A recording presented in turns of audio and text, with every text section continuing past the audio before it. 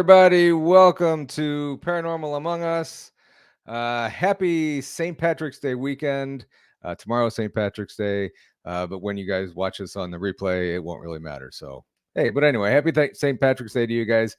If you're out after this or over the weekend, be safe driving around wherever you are, and also make sure that you drink responsibly. Have that designated driver. We want you back here next Saturday.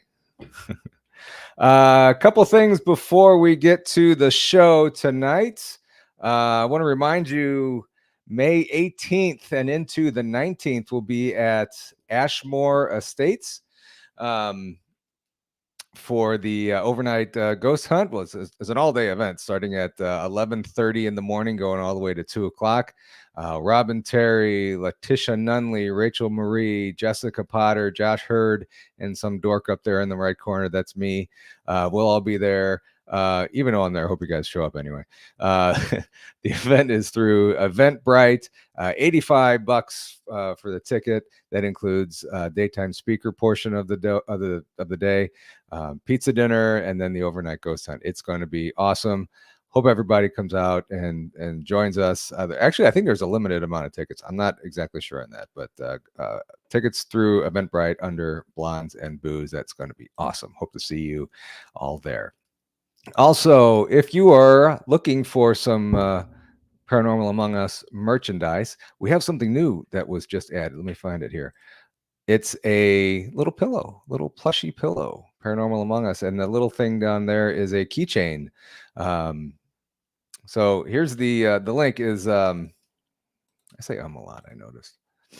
Purple Penguins Crafts and Creations. Go there, and on the bottom of the page is a Paranormal Among Us section.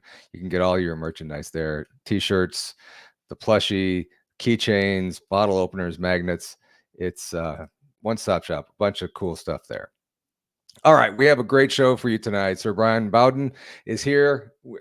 I'm just going to bring him up. It's going to be fun. I need somebody else to talk to. Hey, Brian, how you doing?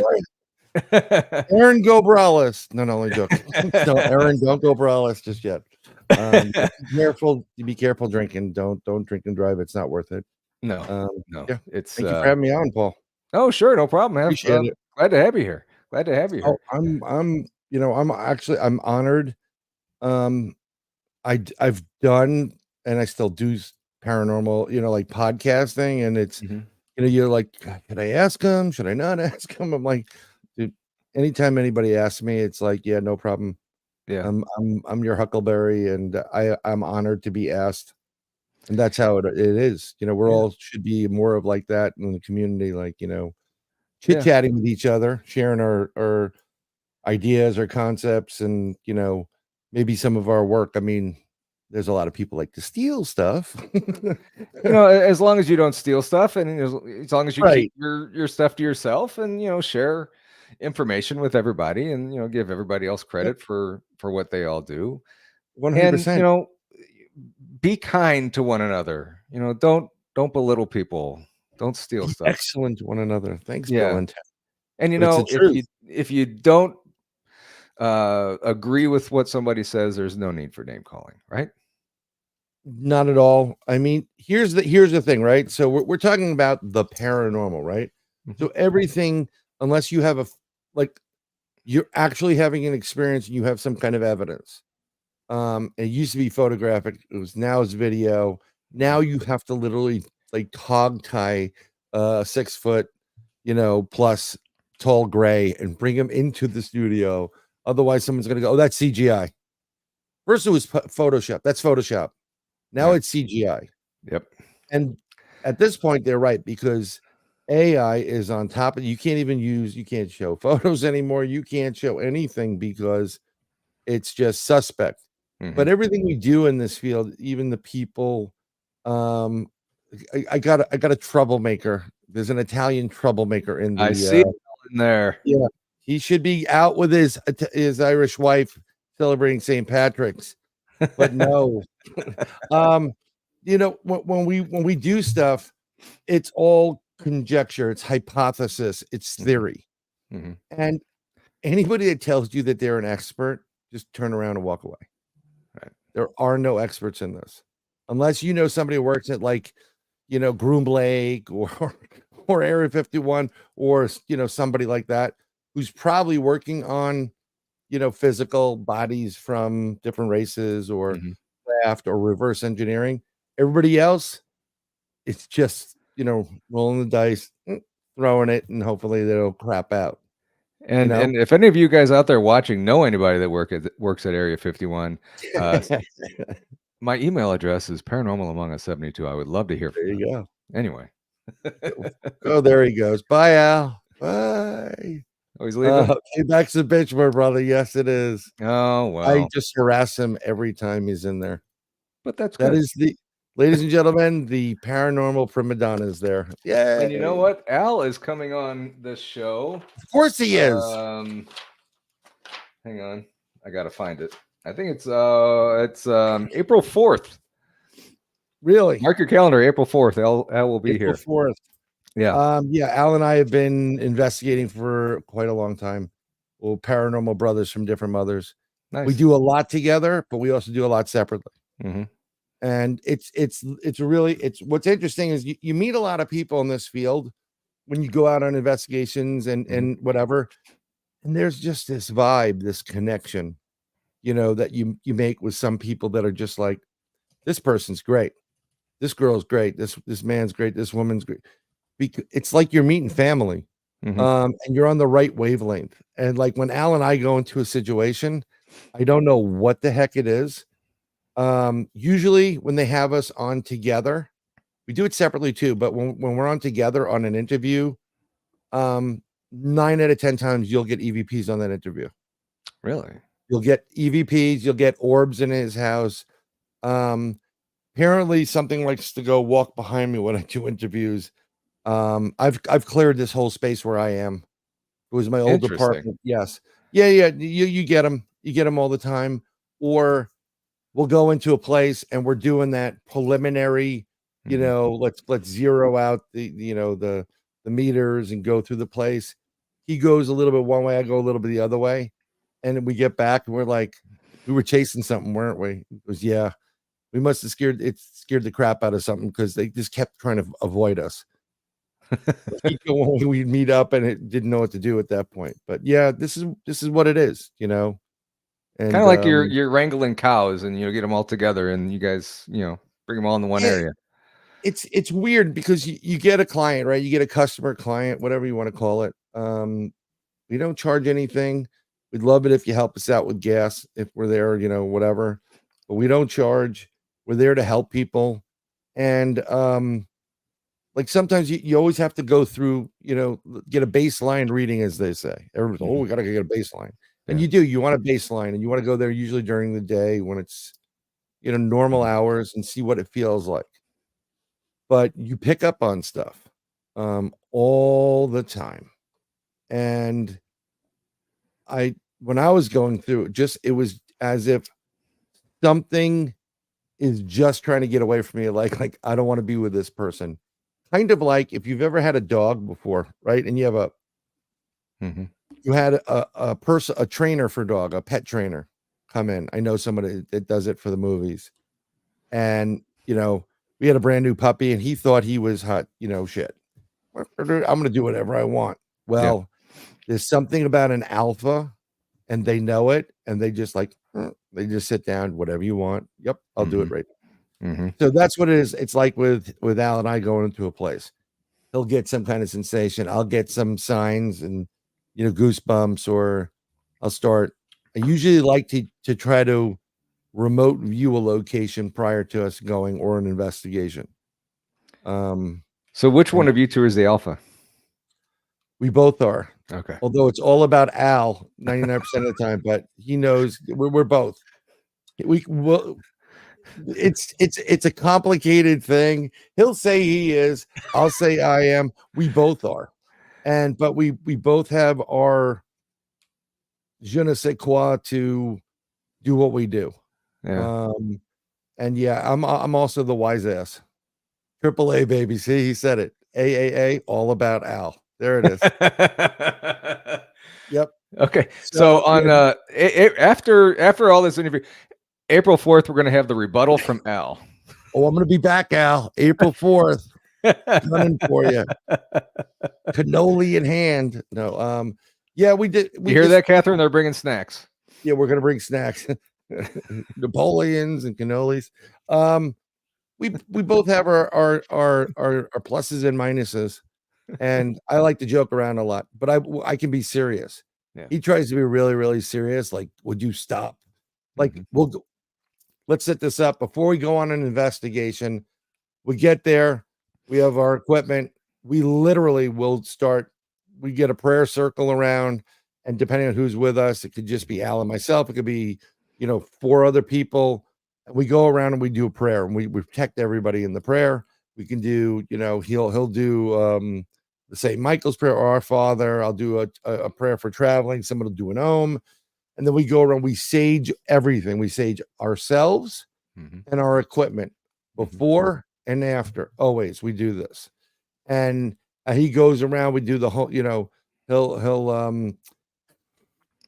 he busts out the holy water or the holy oil, and he goes around and he's, in the name of the Father, whatever.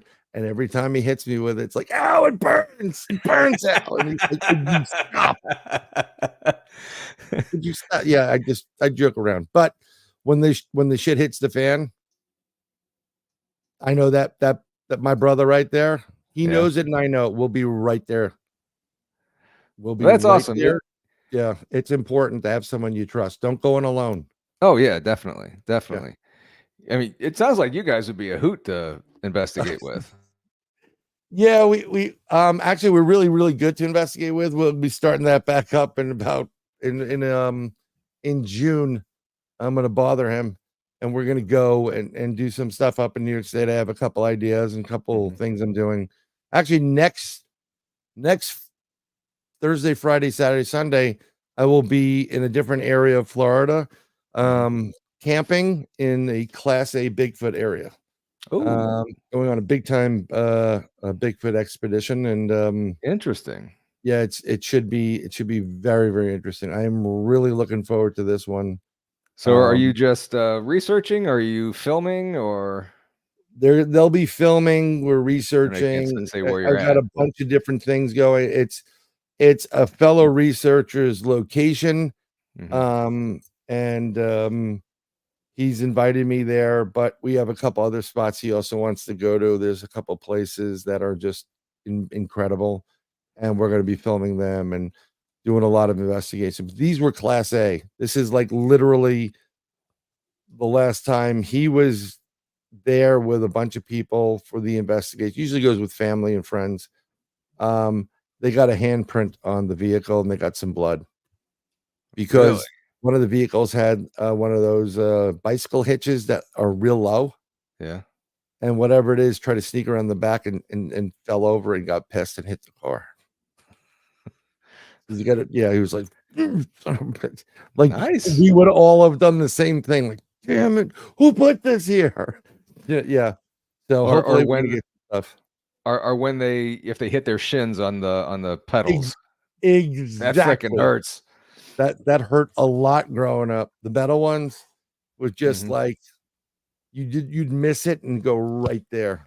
And the indentation, it sucked. But yeah, it should be I'm looking forward to the investigation. I've been thinking about it a while. It's been on my consciousness. I'm gonna try some new things, and it's Florida, so everything here can kill you.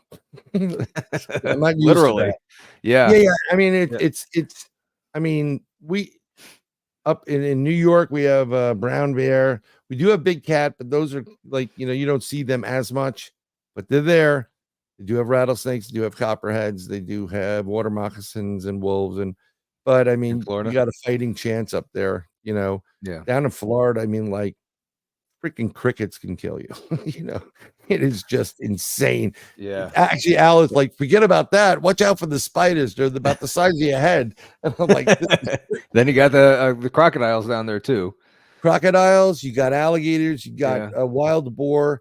The new thing now is that the panther population has come back in Florida. Panthers, big freaking cats, and you got the Florida Panthers down there, so you might as well have the real Panthers.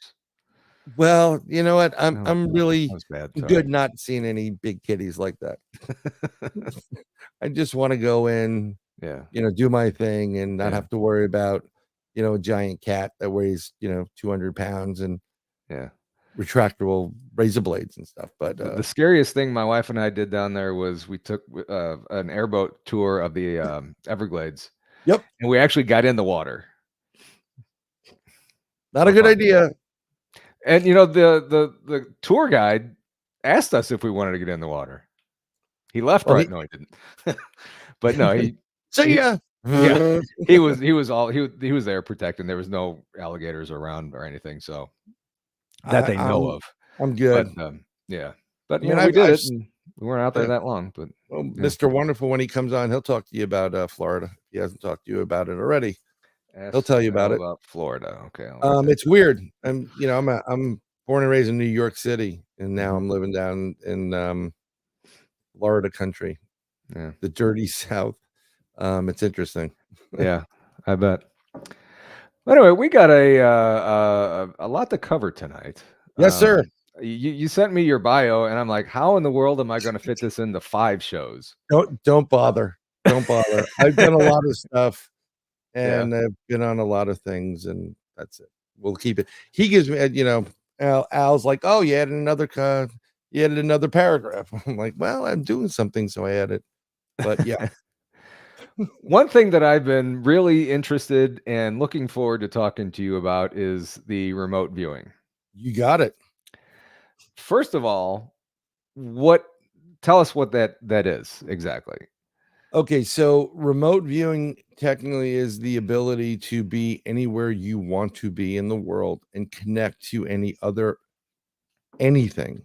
And when I say anything, animal, vegetable, mineral, um, be it on Earth or off planet or wherever, uh, wherever you want to be, and you can actually connect to it with your consciousness. So it's actively seeking out information and pretty much you can go to these locations without leaving your space. So for Okay. example, um there's they use these programs in Russia in the military in the dark the back end, the highly classified stuff as well as in the US, but they use it for spying. So it's the Right. ability to look into like we see this building, we want to know what's going on in this building. And someone will sit there and they'll meditate on it. They get into a certain place and they're able to travel into the building and describe what's going on there. And sometimes they'll describe it with words or other times you'll have somebody that will they'll use a piece of paper and then they'll start drawing things or Mhm. and I'm just trying to do this quickly. Something like this, Okay. and this could be water or mountains. This could be a vortex. This could be like some kind of fencing or something. And Or they'll draw something or they'll write, water, mhm. cold, hot. Um, and the really, really good remote viewers are spot on. So, but the way they work militarily is they're not even going to tell you like there's a building in Russia that we're going to. They're going to give you all they're going to give you is they can give you a case file Mhm. or they can give you a GPS coordinate, and then that's it. Now go. And they started testing people, and people are able to only knowing like we're on, you know, here, you know, I did it for Al at one point. He had his wife was having night terrors. So I said, Mhm. if you want, I'll go in a remote view and see what's going on. And I went in and I literally traveled from where I live. I was in New York City to he lives in upstate New York. Mhm. And when I got into the place, it kept taking me to the same spot, this one area, like it looked like it was recessed and comes out. And I'm like, what the hell? I'm trying to explore, never Right. seeing I never saw a picture of his place, anything to do with this place whatsoever. Had no idea what was going on.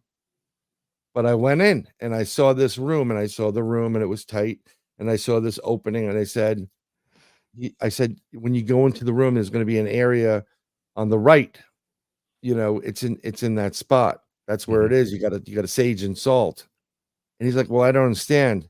So I drew his room where I'm showing, him this indentation where it kind of is, picture a square. And then at one point it goes in a little bit, about a couple of, like a foot and a half. Right. And it's like a whole area there, almost like a windowsill, like where you would put a window bound bench or something like that. And I drew it on the phone. I said, this is where it is, right over there. Just sage over there. It's right there. Whatever's bothering her is coming in from there. And he goes, he says to me, holy crap, dude, you just drew my bedroom. In reverse, but you drew my bedroom. And he goes, yeah, that would be the same way my wife is. So, and then I just kept using it. What I'm doing is I'm just using my consciousness, my third eye, and my pineal gland. Everybody has this ability, by the way. I'm not going to get religious, and I'm not going to get into this, he said, she said thing. I'm just going to say what I say, because I don't play those games. God created man in his image. Okay, man is men and women, by the way. And in doing so, he gave you innate abilities which allow you to communicate with God, the Father, right? That's your consciousness. And what happens in your brain, but it's all part of the same system. When your pineal gland is decalcified, there's nothing building up on it or making the walls harder. There's two crystals within your head, little crystals, and they vibrate and they resonate. And then you secrete certain type of enzymes, part of which is DMT, which is a psychedelic. But that vibration is what you connect to the source with. And most people don't do it because fluoride, toothpaste calcifies it. There's other things that calcify it, smoking, drinking, the whole thing. Having any type of child will totally calcify it because you don't want to deal with them after a while. Like, go to your mother, no, whatever. Only joking. But this is what happens. So to decalcify it, you can use iodine. It's very good to get rid of. You can use either to eat fish or use iodine drops. You get them on Amazon. And that helps to decalcify it. You can meditate. Just start with 5 minutes a day. And the best thing is everybody's like, well, I don't have a time to meditate. I'm like, I tell you what, when you get in your car to go home that day from work or wherever it is, get in, pull out of the lot, because if they see you in there, they're going to come up to you. Pull into the first lot you can get into, probably a drugstore or whatever it is, and just sit there and focus 5 minutes. Give yourself 5 minutes. Yeah. And breathe. You go, breathe in and you blow out, breathe in, blow out. Give yourself 5 minutes, then give yourself 10 minutes, and then 15, and give yourself a half an hour to do it. Your life's going to turn out way better than it was. You'll be able to deal with all the crap that comes with you. But a great way to decalcify and get your concentration and your pineal gland working. Also, when we go to sleep at night, that is when we really connect to source and and God, the Akash records, whatever you want to call it. It is the place where past, present, and future is working at the same time. And this is why you can have dreams where you'd be like Pee Wee Herman. There was a snake with a vest going through a donut, whatever. Yeah. Or you could say, Paul and I were out in a 67 Cherry Chevy. We were driving, it had white leather seats on it. We were playing, Traffic Jam by Jeff Beck. And we stopped off and we saw this purple, green, whatever. I mean, when you get specific in some of these things, it's not dreams anymore. You're having an experience. So what's happening is when you're at rest and you're going to sleep, that is the only time when your brain will it's kind of like booting back into the system. It tries to connect back into source. Okay. And you get transfers of information. You get kind of healed to a certain degree. But at that point, you're allowing your whole entire brain to work and function. And there are times when it's so vivid, you wake up like more tired than when you went to sleep, like you've been working all night. Yeah. I've had tons of those. I get that Yeah, a lot too. it's really weird. I mean, like there's been numerous times, and what's great is this happens a lot, but I'll have somebody, a friend of mine in Ohio, and he was there. Great guy, he used to do a radio station in Paranormal, Arizona Tramp. And in the dream, this was like a year and a half ago, 2 years ago, actually. We're trying to help people at night. I know he was sent back with this other younger woman, and he has to go into a certain situation. And he's like, when I tell you, this is how he talks about it. When I tell you, that's when you press that button. I said, yeah, no problem. I'll press the button when you tell. When I tell you, and I'm like, right, motherfucker. Yeah, I got it. But this is him because he's just that kind of person. Great guy. And the whole thing went on at night, and I'm watching these two go in and free other people, and they're coming down through a certain corridor on high into this craft, and you hear him like now, and I hit the button, something opens up. This is all taking place, and I woke up, and I'm like, holy crap, I can't get away from this person. He's like a brother too, and he goes, you were in my dream last night. I said, well, if you were a woman, I'd accept that a little bit easier. And I said, yeah, what was doing? I said, we were doing something. We're saving people. And I said, yeah, we were. And then I call him up. I'm like, don't press that button, and I do my imitation of him. He's like, how'd you know that? I'm like, because I remembered I was there. And you connect with people. It's the weirdest thing in the world. Let me ask you something. Have you ever been someplace and people just stare at you like everybody's famous, but they like man, these people are looking at me like they know me. Yeah. Like you're a celebrity, right? Yeah. Yeah. I get that every so often, and it's the weirdest thing. Then again, I mean, there's probably a ton of people that you don't know that live like around you, like, yeah, I think that's that paranormal guy. Yeah, when I used to grow my hair out, I looked like Joey from Friends. Oh, there you go. And then there's a pitcher here in St. Louis for the Cardinals that used to play here that I looked like for a little bit. And there you go. I forgot what his name was. But yeah, I get that a couple times. And then who's that idiot over there? What the hell is he doing? Well, yeah, I mean, like I've gotten it as if they know me, that they're looking. It's under. I'm like, to the point where I have to go back sometimes. I go like, do I have like shit on my head or something like that? Yeah. Like, what's going on? I'm like, people just staring at me weird. It's weird, and I'm noticing it. That's one of two things. Either my thing is they know you're a soul, that they're connecting to you. You resonate in some form. You guys have met before. Which could really freak your wife or your spouse out. Like, what do you mean you met him before? Like, listen, I didn't know before now. But in other things, you have to. There are moments where there are people that will know other people in the area because they've actually seen them on UFOs.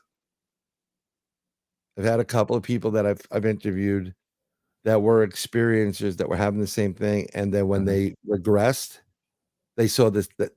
That's where they saw the person. He's right next to me. He's in the room next to me. They can see him, or they can see her. It's the weirdest thing. I saw something about blood pressure. They're talking about meditating. Did you just hear my voice come through, or is that you? That wasn't me. Like this happens. I'm telling you, this happens with me and Al all the time.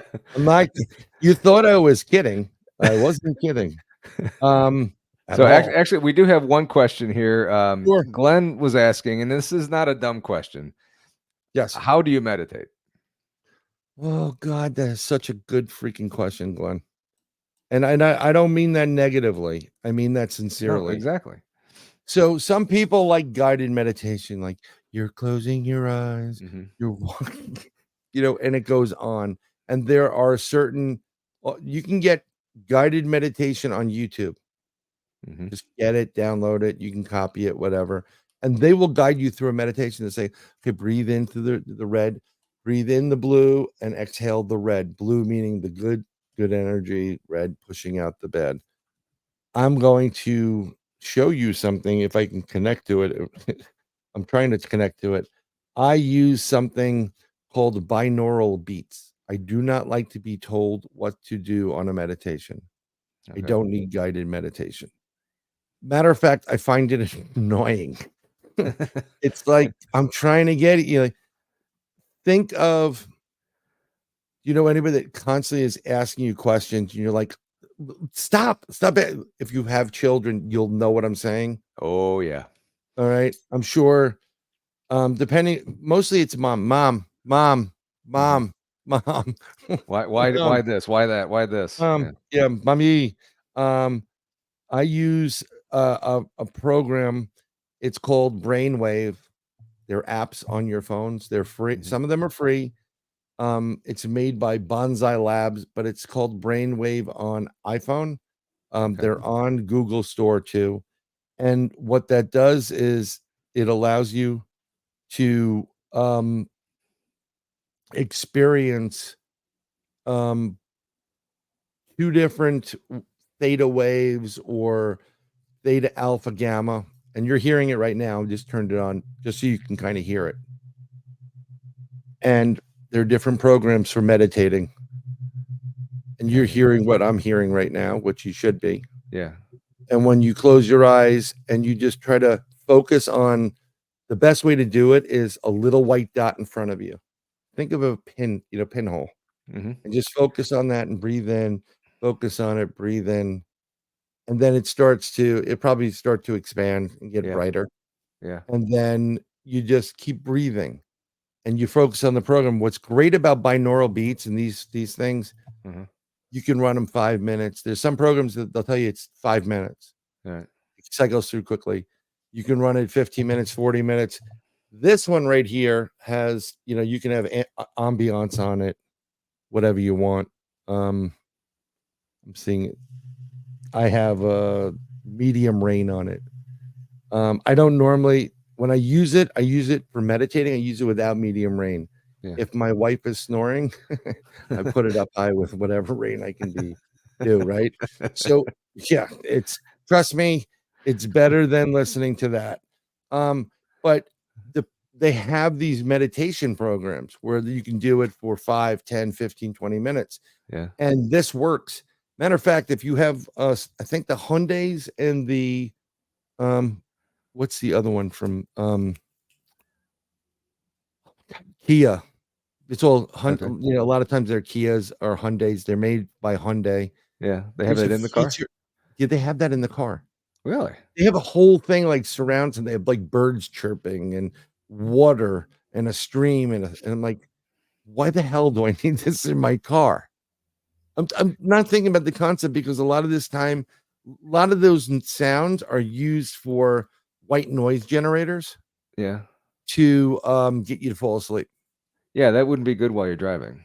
No, but they put it in the car. But if Well, you don't want to get binaural beats, you could use your car. I mean, yeah. whatever it is. But yeah, I do have a pterodactyl in the backyard. I have a blue heron, and this thing is all night long. I mean, it's real bad. Oh, Yeah. So I and I posted it. I'm that's like, no fun. all night long, every hour, every minute. And one of my brothers goes, "Is that thing endangered?" And I said, "If you keep that shit up, it is." I'm gonna take it out. There you But go. yeah. But I use this, I focus, and I started out 5 minutes. Mhm. And trust me, that's a hard task if you're not used to doing it. Yeah. You're like, "Oh, what about this breathing and whatever?" Let me tell you something. When you can just stop 5 minutes, you can do it when you're in the bathroom. You're in there longer than 5 minutes. Stop playing the game on the phone, right? Stop going through and whatever Brickmaster or whatever the freaking game is. Angry Just Birds. just sit there for 5 minutes. Yeah, Angry Birds, and just breathe. Start your day off. Your stress and blood pressure will start to just go down. Mhm. dramatically. And once you get the 5-minute cycle, do it for a week, 5 minutes, maybe try twice a week there, 5 and 5. Mhm. It's better to do it for longer periods of time. And when you do that, things start coming to you. Yeah. You start opening your mind up, you start relaxing. If you've had a problem and you couldn't figure out, like, well, what should I do? You can go before you meditate. I say this all the time. Show me what you need to show me. Tell me what you need to tell me. That's it. Send it to the universe. And I go in there, and then these things come out. And I haven't seen some really nice things lately, but we can talk about that later. But things I will get visions of things that will transpire. You'll start seeing things. You'll moments that you like. It's a really weird concept, but when you start focusing like that, you then connect to the source. Mhm. And you bring and believe it or not, by stopping for 5 minutes and you're not running around like, I got to do this, this, and this. You're raising your vibration as a human being to higher, right? Mhm. And the little stuff below you doesn't mean much anymore. Right. Now, everybody works here, right? Or they do something like, but that 3rd grade algebra test that you took, was that important now? That Yeah, you no. No. But this is what meditation does. It kind of takes the mundane, it's not important. Right. And you start realizing it. And then you're able to deal with really, really better important ideas, better concepts, and you find a path to freedom just by breathing. Mhm. It is the most bizarre thing in the world. I wasn't like that. I met Al in a group, and they did guided meditation all the time, and you talk, and I'd walk out because I couldn't deal with it. Yeah. You I used know, to do It's- yoga a couple times a week, and in the beginning and at the end of each yoga session, you wouldn't meditate. I mean, they wouldn't call it that. You would just kind of ground yourself. And Same principle. those first and last few minutes are the most relaxing. Yes, they are. Yeah. I And mean, you I've seen just some of the positions you people do. I'm yeah. like, I'll be dead 10 years and I won't be able to bend that way. Um, Yeah. but I that's meditation and yoga. That's all part of yeah, the same, the Eastern yeah. philosophy, which is really, really important. We're finding out now that meditation leads to higher concentration, better thought, positiveness. Positive gets more positive, Mhm. right? Yeah. When you yoga, did you feel better or Oh, no? yeah. Yeah, Yeah. definitely. I mean, my body still ached. Um, Well, but, yeah. mind and body, well, mind-wise, I felt more relaxed. I slept better for sure. Well, yeah, because Yeah. that's what meditation does, but there's Yeah. physical forms of it. Technically, I think yoga is some kind of meditation. Mhm. I'm not the discipline. I didn't study it in an Eastern Bloc. Yeah, it is because Um, I mean, you're training yourself to breathe at certain moments when you're moving certain ways. Breathe in when you're going this way, breathe out when you're going that way, and take deep breaths in. hold them, Yeah, and execute a move, and then release it, and you kind right, of get into yeah. right, It's but this is what we do. So yeah, I do a lot of deep meditations now. hmm I do them for at least 45 minutes now, which is you know do a lot of work from home. So I always hmm have my wife here, and she does. We do screen printing and branding, all that swag stuff that you guys have and whatever. And I just tell her like, and I'm kind of nasty about it. Like, leave me alone. I'm doing something. Do not contact me. Do not come over to me. hmm But when my kids come over, they don't know like, what's dad doing? But everything gets heightened. By the way, your sense of smell, everything, the hearing, you name it. Even when I'm wearing the earbuds and plugged in, um, I'm still hearing better. It's the yeah, weirdest thing in the world. yeah, And then from this meditation, this is where all this psychic ability comes from, all this remote viewing ability comes from. hmm So this is why, like, when we do, like, if I do a remote viewing session, um, I like people not to tell me anything. So I don't tell people about it. So I have you think about a target, and we can test this here. You I want to have try 2 it? targets. And anybody at home, if you're watching, you can test it as well. I Okay. have 2 targets. I'm going to select one of them right now. I can see the target, and I'm not going to show you, but it's on a piece of paper. And if I'll just on a piece of paper, I have it in this target. I have one more. I'm not going to continue to fold it because it's easier. Now I'm seeing it. All I've asked you to do is, if you had a piece of paper and pen, I should have said that to you before. Oh my God. If you had it, I want you to take. We'll take 20 seconds. I'll talk to you and talk through the audience. And I want you to close your eyes, and I want you to concentrate what you think this target is. Think of the target, and do not discredit or overthink. Just write down things that you see or what you're feeling, everything from movements to summer rain, whatever it is, and focus on it. And everybody else, if you're at home and you want to try, you can even type in the comments what you're feeling to see if you're getting close to what we're about to do. So we're Do you want me doing to this. write it down or draw it?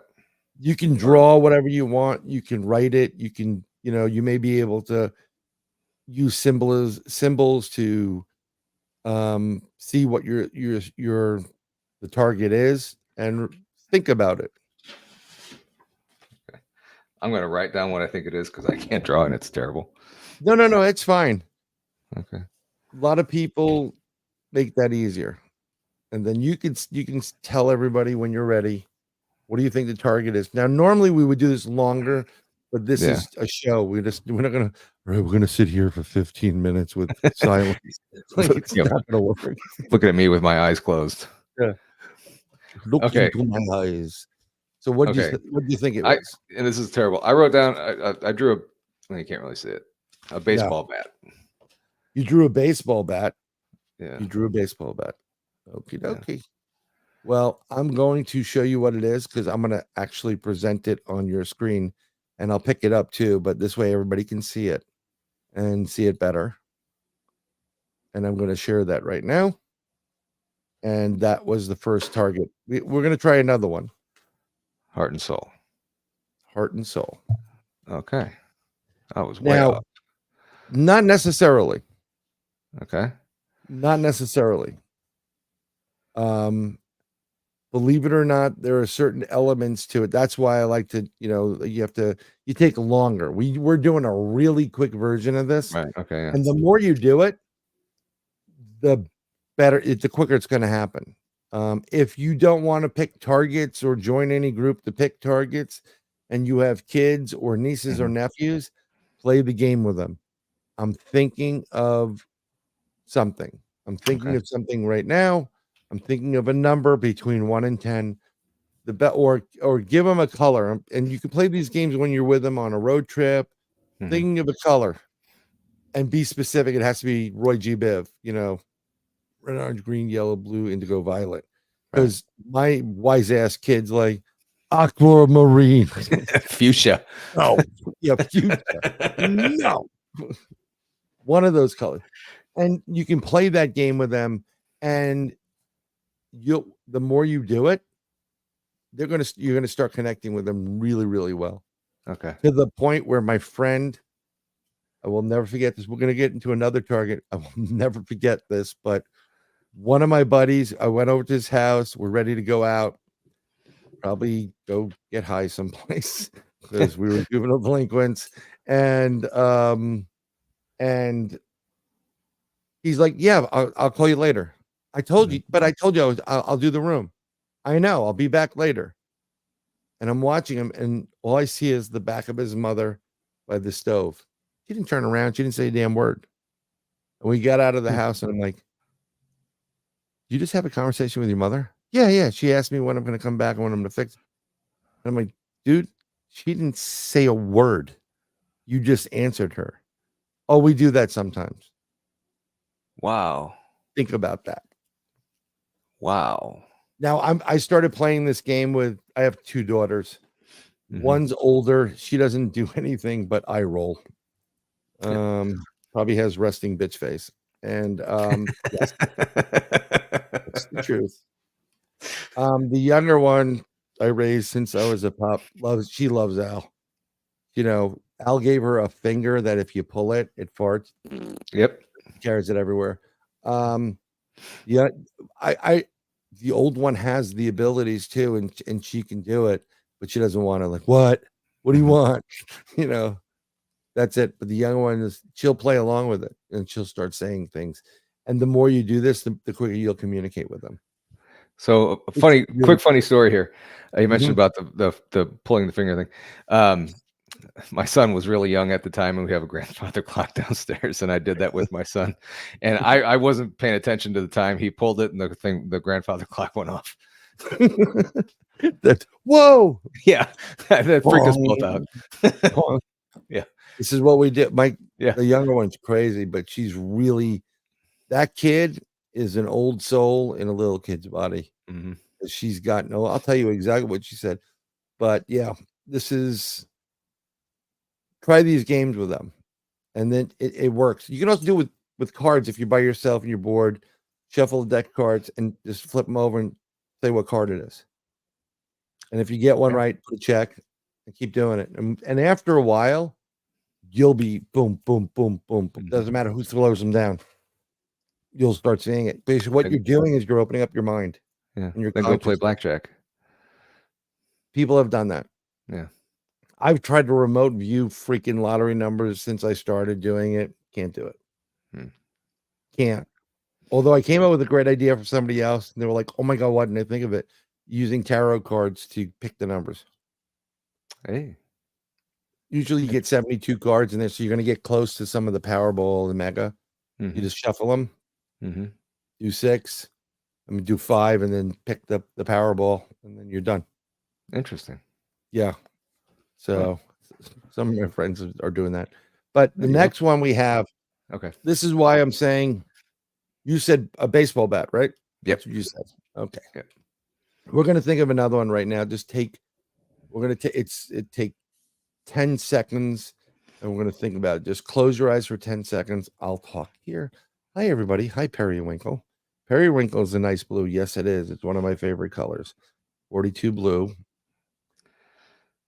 Yep. Okay. I'm just looking to see if anybody else has put up anything circles, what looks like windows panes. Very interesting. Okay. I Looking. got an image. I guess I got to draw that. Sure. You said someone Freaky Geek says water green and is aquamarine. Periwinkle is nice blue. Like counting cards. Yeah, counting cards is good. One of my professors in college got kicked out of Vegas for doing that. Okay. You ready? Yep. Yes. What do you think? A thundercloud. A thundercloud. Very interesting, actually. I'm going to show you. I'm going to share it one more time. I usually do this with about 5 or 6, and it gets, as we start going down the line, it gets a little bit better. People start really getting it. But you're really in the sports. I shared it with you, and I'll share it right here. Is that a tent? That would be a circus tent, and that would be a thundercloud technically above it. Yeah. But again, we're doing this very quickly, but you would see if you try to do this again. And what I would recommend is you can have someone that's a friend or family member pick 3 things, put them in an envelope. Yeah. And then take your time to really think. Give yourself a set amount of time, and then you can get into it. And then you'll start really doing it. Like, it's the most bizarre thing in the world. I had a friend of mine who's a brother. I'm in a lodge system. So, and he's a great guy. And one of my other brothers was like, we haven't heard it from Eric in a while. I'm like, what do you mean? Like, he kind of disappeared. He stopped answering his phone. Good kid, getting himself in a little bit of trouble here and there. Had a daughter. So I said, well, keep trying them. And we kept trying them for a couple of days. And I said, if you don't get any touch with them today, I'm going to remote view what's going on. Yeah. So I started, we never got anything. I started remote viewing. So I sat in my room, this room where I am right now, and I focused on Eric. And as I'm going there, I'm getting taken to a place, and what I'm seeing is what looks like a hospital curtain on the right and a morgue on the left. And I see the tiles on the wall, and I feel the coldness. I feel cool. And I see the meat boxes, and there's at least 3 of them so that I can see from my vista. And I see this curtain, and then I go beyond the curtain, and I don't see him there, but I see this person that I know is a male in a bed, his handcuffed to the bed, and he's been given drugs. And the problem is, I don't know if he's dead or alive because I keep getting the morgue area thing. So I see this curtain, someone in the hospital, and they needing medicine. I know they're getting medicine, but they're chained to a bedpost. And then I see the morgue. So I call back my buddy and I go, I need Pat. I need you to go out and check the hospitals because I hope I'm wrong, but I see someone in a bed in the hospital, but I'm right near the morgue and I don't know if he's dead or not. And I see him chained, and I tell him I see this person in a robe. They're handcuffed to the bed. They're getting medication, and he goes, "Okay, well, we'll look." Calls me back probably 12, 15 hours later. He goes, "You were 100%." I say, "Excuse me, he's dead." He goes, "No. You were 100% though. He was arrested. He was in the hospital. He was handcuffed to the bed because of an incident that happened. He lost his medicine. They were giving him medicine, and his room and bed, they were overcrowded, was right next to the meat lockers." Oh, wow. In the basement. That's freaky. He's fine. That's how it works. Yeah. Wow. Matter of fact, Mr. Wonderful that's in there, Al. I wanted to go on this investigation. I couldn't go to the investigation. So he took these 2 guys and a couple of ladies with him. So I said, listen, I can't make it there, but I'll remote view it. I'll see what's going on. So I started remote viewing, and I texted him, there's going to be a tree that's down. They're on the other side of the tree. They're watching you, and there's also going to be something in the back watching you on the hill. You're going to see a blue light, like a flash. That may be part of them. Be careful for that. But they're around the perimeter. They're watching you. And he comes back. He goes, "Yep, see the tree. We just had a blue flash, and yeah, we know there's one in north of us, and it looks like there's one on the other side of this down tree." I had no idea where he was. And then he goes, like we're texting back and forth, and I couldn't call him, or he wasn't picking up whatever, because he doesn't want to give his location where our spot is. He goes, "These guys here want to know what color they're thinking of." And I'm like, I'm not a fucking sideshow. I got pissed, but I knew. I'm like, they're thinking of green, but it's really like a chartreuse green. It's a weird kind of green, and the ladies are thinking purple and like a bluey purple. And he comes back, he's laughing, laughing my ass off. They said, "How the hell did he know that?" Boom, boom, spot right on. Wow. This is what we do. Wow. This is, and I use it for everything now. I mean, I use it for every investigation. Sorry about that. No, you're fine. You're fine. It looks like Glenn got it. He saw a vision of flowing. I mean, yeah. I'll tell you what. Both of these have flowing in it. Okay. Yeah. They both have flowing, and it can even undo that, so you can see both of them.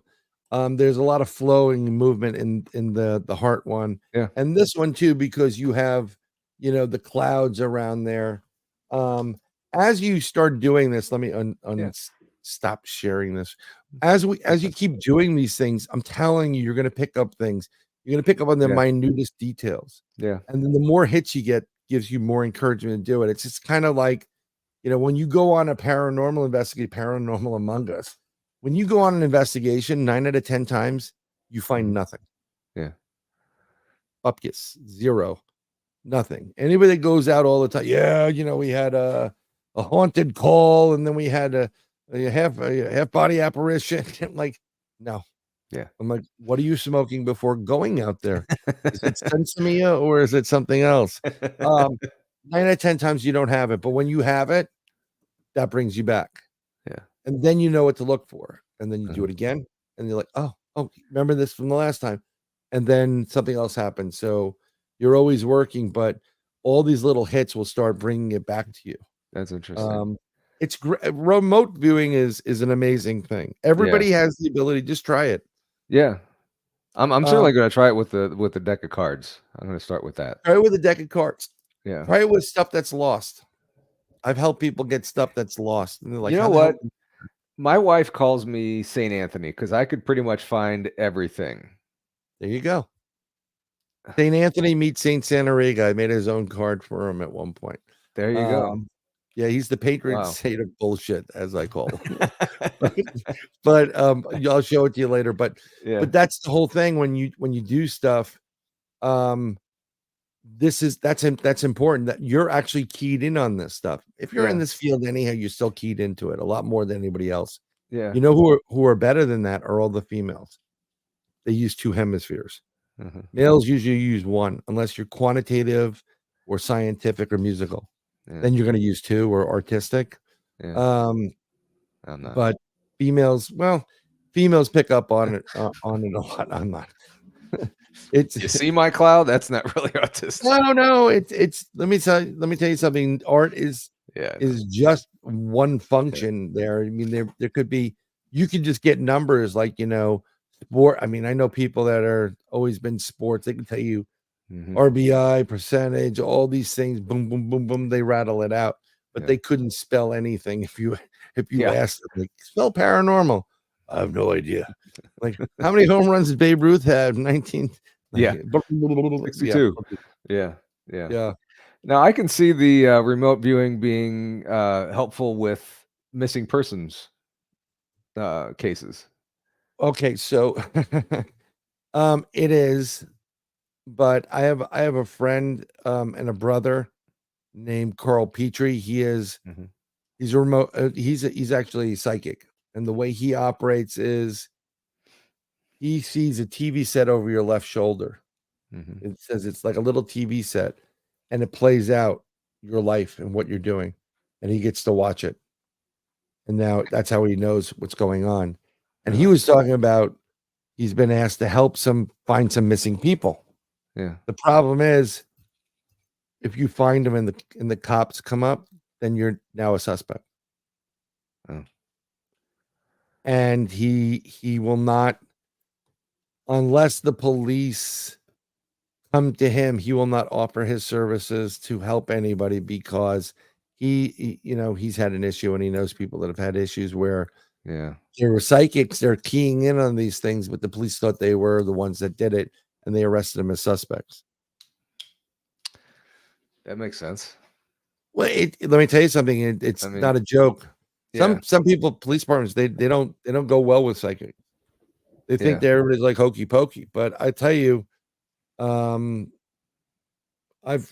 have a bunch of people that I know that are psychic. They are really freaking good. Really, really good. Like, they do things like the psychic for our group is good. Where I don't remember where it was, but there was one woman. Al was talking to a client, and this woman didn't believe what our psychic was saying, and the psychic started talking all this really mumbo jumbo stuff, and the woman's like, well, "What's she saying now?" Well, because she thought she was being scammed, and the psychic said, look behind you. I'm reading your medicine bottle." And she was reading the medicine bottle. Oh, jeez. She's in Arkansas. Yeah. Oh, wait. Wow. She's in Arkansas reading a medicine bottle over in Northeast New York State, probably. Oh, yeah. Yeah. Pretty good, right? Yeah. Wow. Yeah. Yep. Wow, that's interesting. Yeah, we used to do I don't know about the car thing, but one of the things I started before I knew, really knew, Hmm. I used to get on the back of a bus. I went to school in high school and summer college in New York City. So I was in the outer borough, and Hmm. I'd take a bus into the city and take a bus back. And it was about an hour. So I'd sit in the back of the bus and I would spend the time. Al and I used to talk about this all the time. You look at somebody that comes in the bus, and all you start saying is, turn around, turn around. But you're doing it in your head. Turn around. Come on, turn around. Say hi. Turn around. And then you get somebody that's there, like, when they look around and they look at you because you're connecting to them. And then you get the guy that's really connected and he turns around, he's like, cut the shit. And he knows you're like, whoa, back up.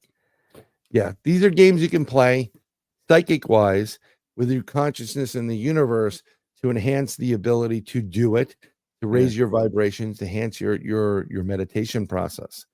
Another thing I would love you to try, everybody, if you know going from like your house to grandma's house is 30 minutes. I'm using a number. Hmm. Come on, we got to go. It's a half an hour to get to, grandma's house. And you get in the car and it takes you 30 minutes to get there. I want you to close your eyes and say, I'm getting there in 20 minutes. And I will guarantee you that if you drive the normal way you drive, because you're putting it into the universe, there are going to be times when you get there, it's in 20 minutes. Wow. It There you happens go, guys. all. You got homework. It's fun. I mean, it's fun Yeah. to do. You know what? It's something that's good to do, but it's also, if you're into the paranormal, Yeah. you can utilize this with the paranormal. You can utilize this with ghost investigating. Hmm. You can use your mind to connect some of these spirits, saying, we want to have an interaction with you. Hmm. We don't want to be hurt. We don't want you to get hurt. I've done that when you think you notice somebody in the distance, and you're like, okay, turn around. Is this really who I think it is? Turn around, turn around, turn around.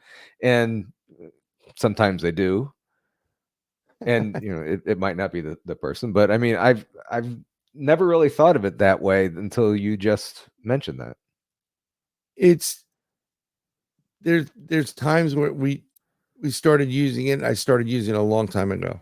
Hmm. These are the greatest gift, the greatest gadget you can bring into any investigation is your mind and your Yeah. consciousness. Yeah. Because and your feelings, don't discredit your feeling Hmm. and how you're feeling. Hmm. Because I know that initially when I would go on an investigation, I know stuff's going to happen when I get goosebumps. It'll be a normal Yeah. investigation walking around. And the minute I start getting goosebumps or you start feeling the hair on your neck go up, you're like, what the hell was that? Yeah. Yeah. We're in Letchworth Village. If you've never heard of it, the Ghost Adventure guys have gone there. Yeah. Zach Baggins Jack or Vegas or Baggins or whatever. E Baggins, whatever the hell it is. And we're down in the basement, and there's, for the most part, I didn't really feel much there. I didn't sense it and feel much. It definitely felt oppressed because of knowing what's gone on in that location. Right. It's 28,000 square acres of mental institution. I'm That's sure a there's a lot. lot there. Yeah. Yeah. And the things they did to some of these patients, and the patients were 3 days old all the way up to 99 years old or older. Mm. These are where the misfit toys went, the unwanted Yeah. people, the bastard children, whatever. And there was this one spot. We went downstairs. Of course, it's near the morgue. We're always by the morgue on Yeah. the ghost investigation. Funny how that Like, happens. why not? And so there's always one guy like, why don't you lie on it? Like, I don't want to lie on it. I'm trying I'm to say good. Why that. don't you lie on it? Why don't you lie on it? Yeah. But there was one spot, it was like an area that goes around the elevator bank. Mhm. There's one elevator that went up and down. And I was there, and I just, as quick as it came in is as quick as it came out. And I just got the heebie-jeebies. Like, it felt like something went through me, like was skirting. Everybody was in this hallway in front. Yeah. I went around the back of this elevator because you can do it. And this thing seemed to come in and kind of try to skirt around that area to get away from whoever was in front. And you And happen I to be felt there that with him. thing. Oh, I felt that thing go right through me. Oh, And the goosebumps, oof, they went up, and the neck hair went up, and then I didn't say a word to anybody. And we'd start talking privately, like, what'd you feel? What'd you feel? And Al and I, boom, same thing. Same thing happened, same exact place. Something wow. was in there. Yeah. That was a great Wow. investigation. Yeah. That was this is what we're at Letchworth Village. There was probably 1, 2, 3, 4, 5, 6, 8 or 9 people there, Mhm. all male, older, men, whatever. And we're in this facility, and we're there, and we hear, you're not supposed to be in the buildings, you can get arrested. It's really terrible. And we hear somebody coming. So it's like 5 young kids, young teenage boys, and 1 girl. And they come up, and we kind of didn't scare them or whatever it is. And we started talking to them, and they said they had a Class A EVP that said, "Get out." This old lady's like, "Get out. You're not supposed to be here." Yeah. And it's interesting because that night when we went in the village, our psychic said, this old lady's there. She can't wait to meet you. She just, you guys, and we met her. Al took a picture of her with a long, dark shadow, like a shadow figure. And so these kids are coming up and kind of unnerved them, like, what are you doing here? Like, oh, we're doing this investigation. There's 5 of us. And Al goes, so you guys are here by yourselves? Yeah, we're here. So nobody knows where you are? No, there's a lot of dust in here. So I handed out some, like, you guys can use some masks. I went to look for masks. He Mhm. goes, so nobody knows you're here? No. So your parents don't know you're here? And they're like, no, we do this all the time. So seriously, nobody knows? Like, no. Al turns to me, he goes, we can kill him right now. No one's ever gonna know. I thought they were going to urinate all over themselves. They were gonna piss themselves. And I'm like, dude, stop. The blood just drops out of their faces. And it was just like, and he was just, it was perfect. Oh, that But, was hilarious. oh my God. Oh my God. Relax. He's not gonna do anything like that. You're good. And I gave him some masks. Like, seriously, you should tell people where you're gonna be, whatever, because it's dangerous, right? Yeah. My problem is I had 1 daughter at the time. I never want my 1 daughter to be with 5 guys in an abandoned building. Well, yeah. Nope. Sorry. Nope. Yeah. You don't have to worry about the cops. Just worry about me. You know, but That's yeah, this is the hilarious. fun that we do have. But Yeah. yeah, it's I mean, um you got kinda have to have fun every now and then with it. I mean, have kinda liven fun all the things up a time. little bit, and I'm sure It's people are on edge. it's just you,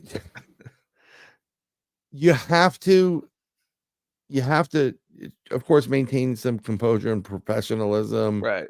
and stuff. And I've got ears like freaking that are out of control. I hear things Mhm. for our organization. Al, like, how the hell did you hear that? And I Mhm. said, I just listened to it. I sit there, headphones on, and I literally have to review all the pieces of evidence. Yeah. And then I write it down, and I save it as a piece. I know what I think it's saying. I send it to Al. He goes, how the hell did you catch this? I said, do you want to hear the original one when it's really low? Mm. 'Cause I've heard things that are just, we started getting into real time EVP work, Yeah. Mhm. and you can do that. What is it? The Estes method, where they put, they Estes blindfold method, you.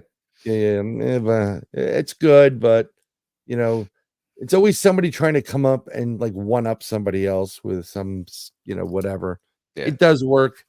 Um, what I like about that method is that one person that's getting the message and blindfolded doesn't hear anything but the spirit What's box. coming through? Yeah. Right, which is important, and then everybody else hears like because I can see the question, Hmm. whatever. Is is it 10 p.m. Eastern? And like they're checking the clock, he'll come out with something like that. I'm like, oh, well, we're talking about time, and Yeah. so there is a correlation there. But yeah, but we do also have we can have a good time. I mean, Yeah. like he'll kill me all the time, like going up a hill. We did an investigation in Yonkers, New York. It's all hills, like Yeah. fucking 40. He's like, dude, bro, what's wrong with you? I'm like, dude, I don't exercise. What are you out of your mind? Can't you go someplace flat?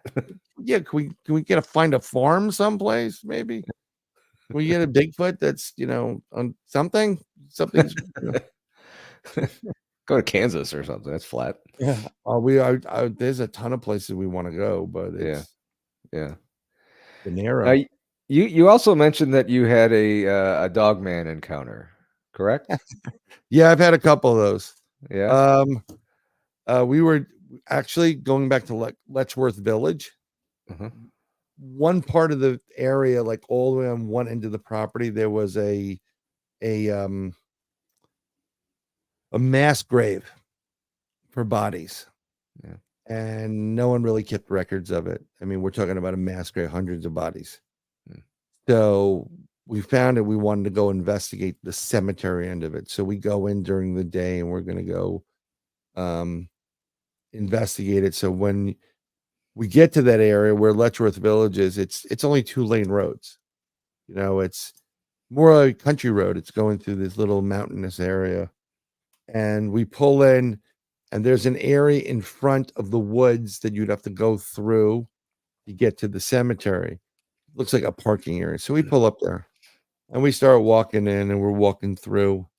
And when you get to the center, there's a plaque that someone put up. And I'm going to say that the plaque is probably about 6 feet wide and at least 4.5 feet high, concrete Mhm. built on that. And then there's a plaque of some of the bodies that are found there in memory of. So I told him, let's put our stuff behind this so we have something covering our back. No one can see we're camping out at a cemetery. That's kind of freaky for most people. Like, Yeah. who the hell has I a can picnic understand at a cemetery, right? So we go through there, and when we did that, just as we were doing that, we're putting our stuff together, and we're hidden from the main road. We heard this 4x4 come, through the area, like, and 2 kids on it, and they took off, and they're looking, and somebody said, this was like more in the afternoon, by the way, when we started. We didn't start in the morning like that. We started more like afternoonish. And these kids came in, and it's like, we can't see them. We're looking for them. We're looking. They were saying something to that effect. And we're like, wow, that's weird. And they go in, follow this trail. And you got to understand something. Let me just set the record straight for the cemetery. When you get to the cemetery, it's a mound of earth. And there's a little bit of a road that goes around one way versus a path that goes around the other way. Okay. And it joins back up again. And it goes up in the woods a little bit.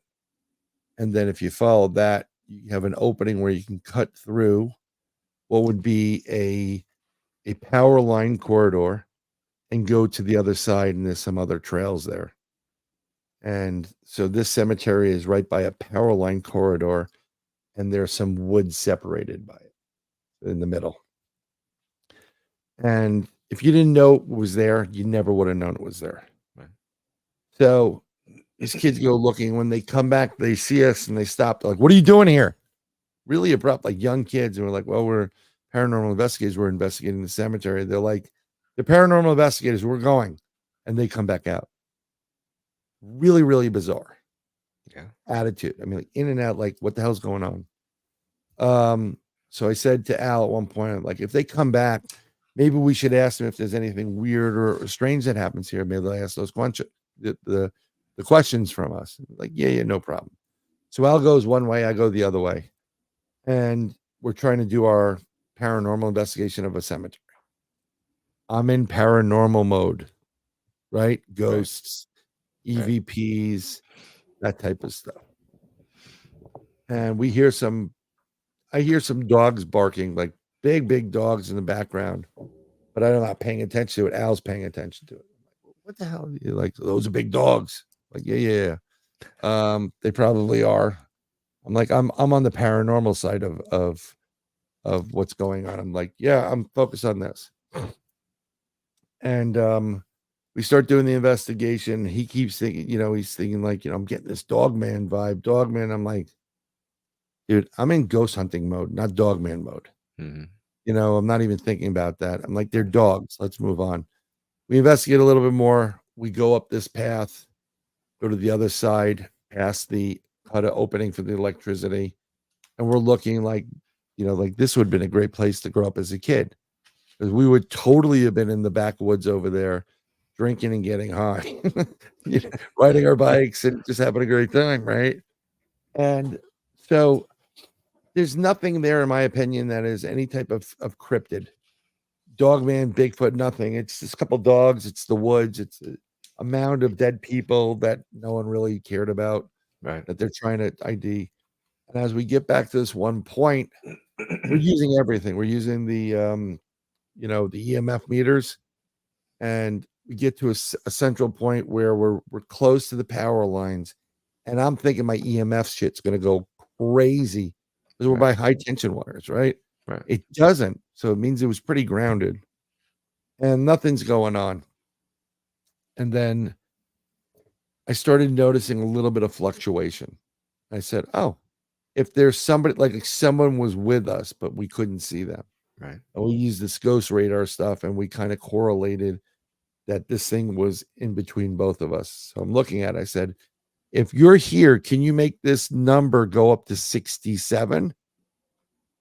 And right off that, so it's going to 67. I'm like, oh, cool. This is great. Can you make it go to 69? It goes to 69. I'm like, oh, we're having some kind of communication here. Uh-huh. And we're playing this game for a little bit, and then it stops. And then I look up into the sky, into this area in the tree. And about 12 feet up, I see a fresh break of a tree, and it's twisted and it's broken. And I said, Al, look up.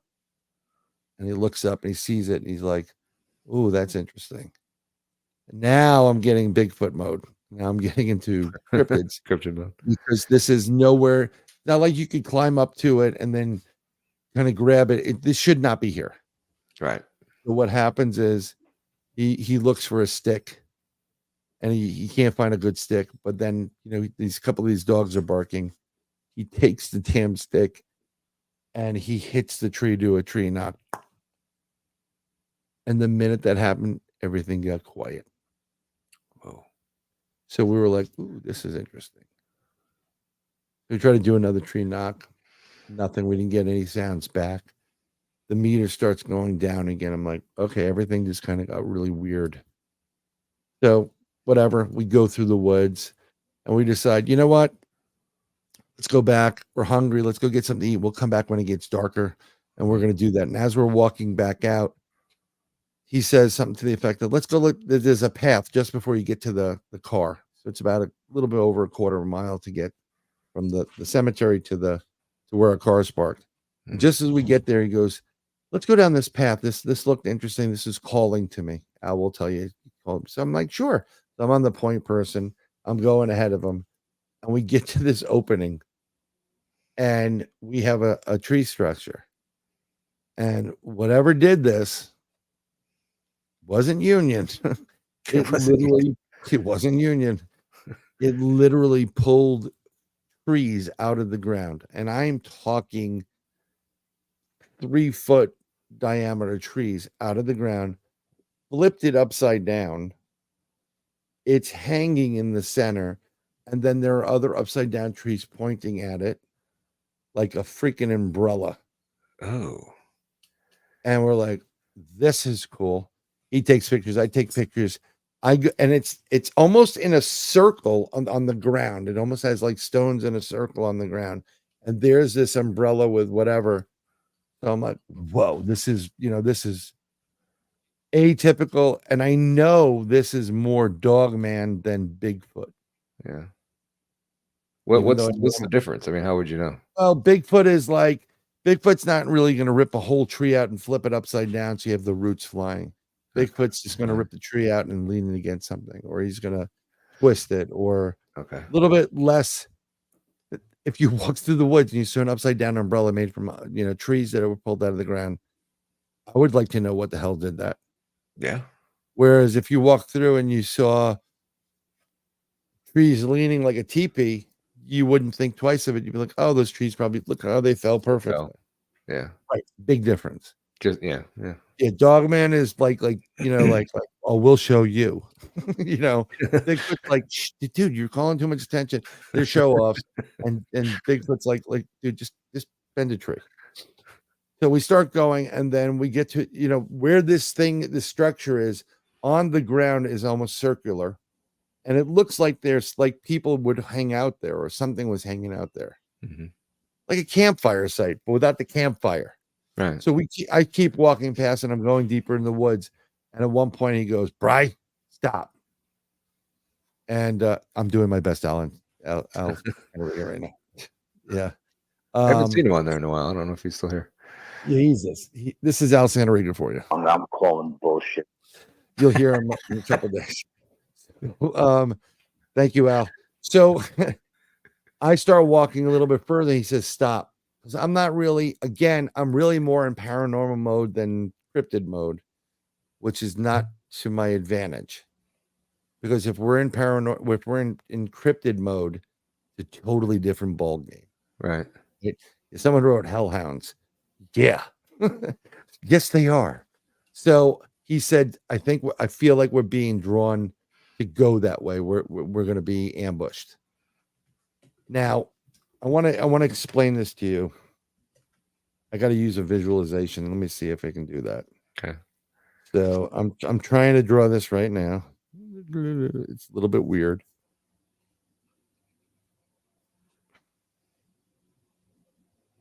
Our car is, let me see.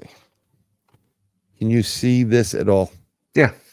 Okay, so where this star is, that's the tree structure. This is woods, and then this is the roadway, and our car is over there. Okay, and I'm moving this direction. Okay. This is important to understand. So I'm basically moving. So you're moving away from your car. I'm moving parallel to the road where the car is on. Not my car, it's Al's car, right? Okay. He says stop, and I agreed, and I stopped. Because it did feel a little bit odd, but it wasn't overpowering. It's still daylight, whatever. And so he goes, I feel like we're being set up. Let's go. Well, let's back out. So we back out. He goes, let's regroup later. Look, let's get something to eat. Let's refresh. And then we'll come back here. So we go out to get something to eat. We go to a local diner. We come back, and it's darker now. And this is like in November, by the way, or October, November, beginning of November, before Thanksgiving. And it's unusually warm anyhow, which is weird. But it still has a little bit of chill to the air. But we come back in, and when we come back in, this is where our car was. But when we come back in, we park the car like closer to over here, a little bit further up the road on the opposite side. Right. Under what looked like somebody took a trash can, aluminum trash can's top half, put a light bulb in the center of it, and hung it from a tree. Like a really old school type of light. Yeah. And it's by a path. So Al's like, I think we both said, let's park by the path, because that usually looks like a trail. And if someone comes in and sees the car parked, they're like, they're just on the hike. Right? We're in the light. They're not going to pay us. Never mind. Get out of the car. We put on our flashlights and use the blue lights, and we walk down. And we walk in the quarter mile to where our spot was, where our stuff, we left it. No one touched anything. And as we walked in, we're getting our stuff. We're sitting down again. Here comes that ATV coming through, looking, and said, let's go ask them. So they go through quickly, come back, and we stop them. Like, what are you doing here? It's like, you the same guys. Said, yeah, we're still investigating. Hey, can we answer some questions about the paranormal? And no, they couldn't be out of there fast enough. Wow. In and out. Part of that. Yeah. Wow. Totally noticeable by both Al and myself. So we continue investigating. We're investigating, and at this point in time, we walked around a little bit. We said, let's just sit here. We'll wait. There's a lot of waiting moments where you want to take in the surrounding, all the different sounds. So we sit down. He's to my right. I'm in a chair to my left. We have that, thank God, the concrete behind us, because if something does try to come about us, it has to come over us or around. We have some kind of protective barrier. Yeah. And he starts acting real funky, Al. He just has this stupid look on his face. Like, what's wrong with you? No, I'm fine. I'm like, no, you're not fine. What's wrong with you? And he says, oh, my camera's having a problem. Camera wouldn't work. Brand new battery, brand new everything. Okay. Wouldn't go on, or go on for a second, shut off. And I'm like, let me say it. And I look at it, it works. And like he's having a hard time with it. And I knew something like, this is not my buddy. And as this is taking place, it's getting cooler. He had like 2 cups of coffee. I must have had like 3 Coca-Colas or some the caffeine pill. So my bladder is just like building up, and I'm not peeing over on dead bodies. I won't won't pee on a grave. And at the same time this is happening, where I'm trying to figure out what the hell's going on with him, the moon is filtering through the open area of the electric power grid cut through the mountain, which is pretty wide, and it filters in through the trees, so it's lighting up the area nicely where you have enough moonlight. And my hand to God, this white fog starts rolling in, and it's going around the mounded cemetery, and I'm like, we couldn't plan this shit if we wanted. No. It was your atypical, Lon Chaney, Dracula, any type of horror film. Here comes the fog. The next thing is going to be the serial killer or whatever it is.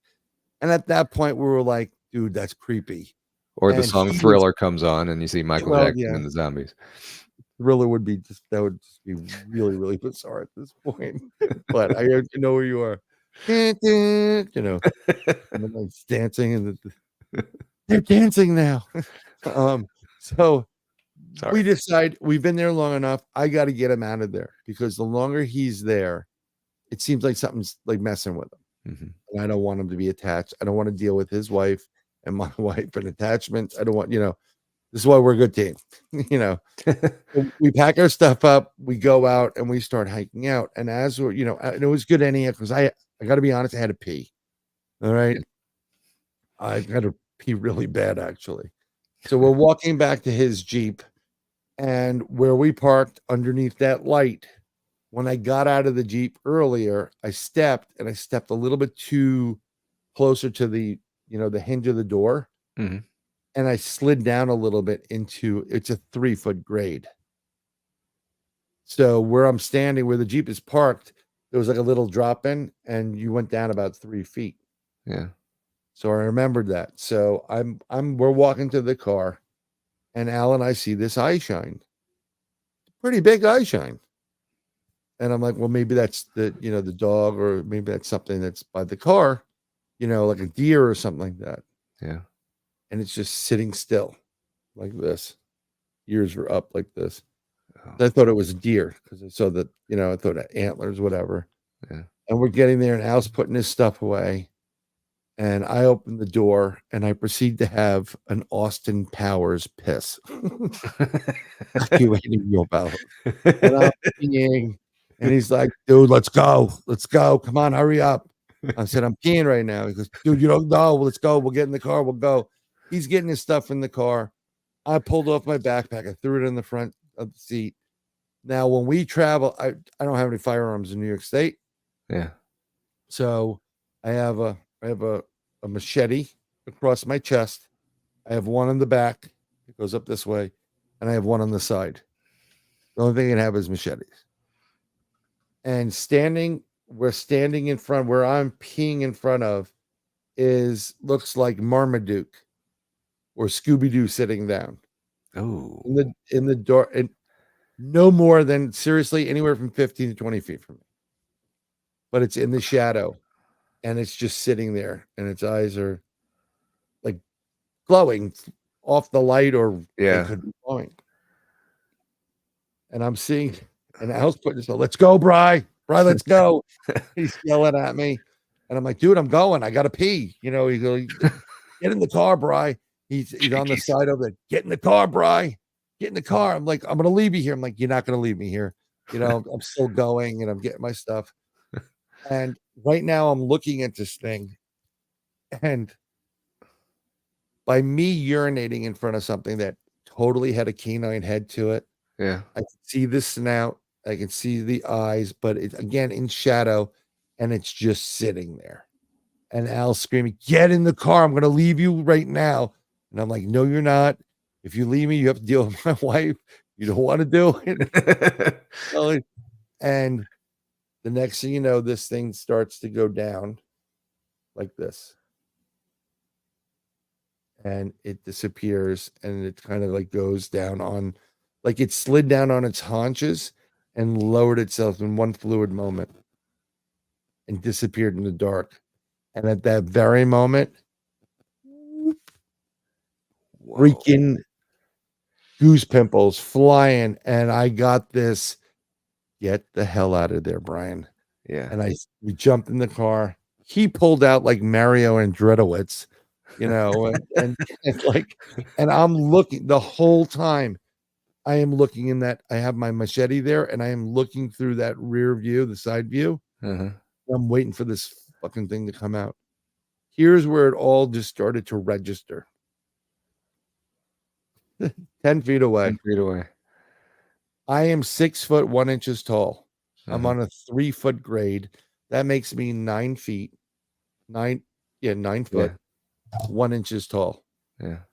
This thing that was sitting there 10 to 15 feet away in the shadows, sitting down, its snout went up to my nose. That means when this thing stands up, Well it's over about 12 9 feet tall. Holy shit. Yeah. Wow. Yeah. And after that, he's like, don't ever do that again. And I'm like, all right, Dad. Like, I'll be in your car next time. Yeah. Yeah. Wow.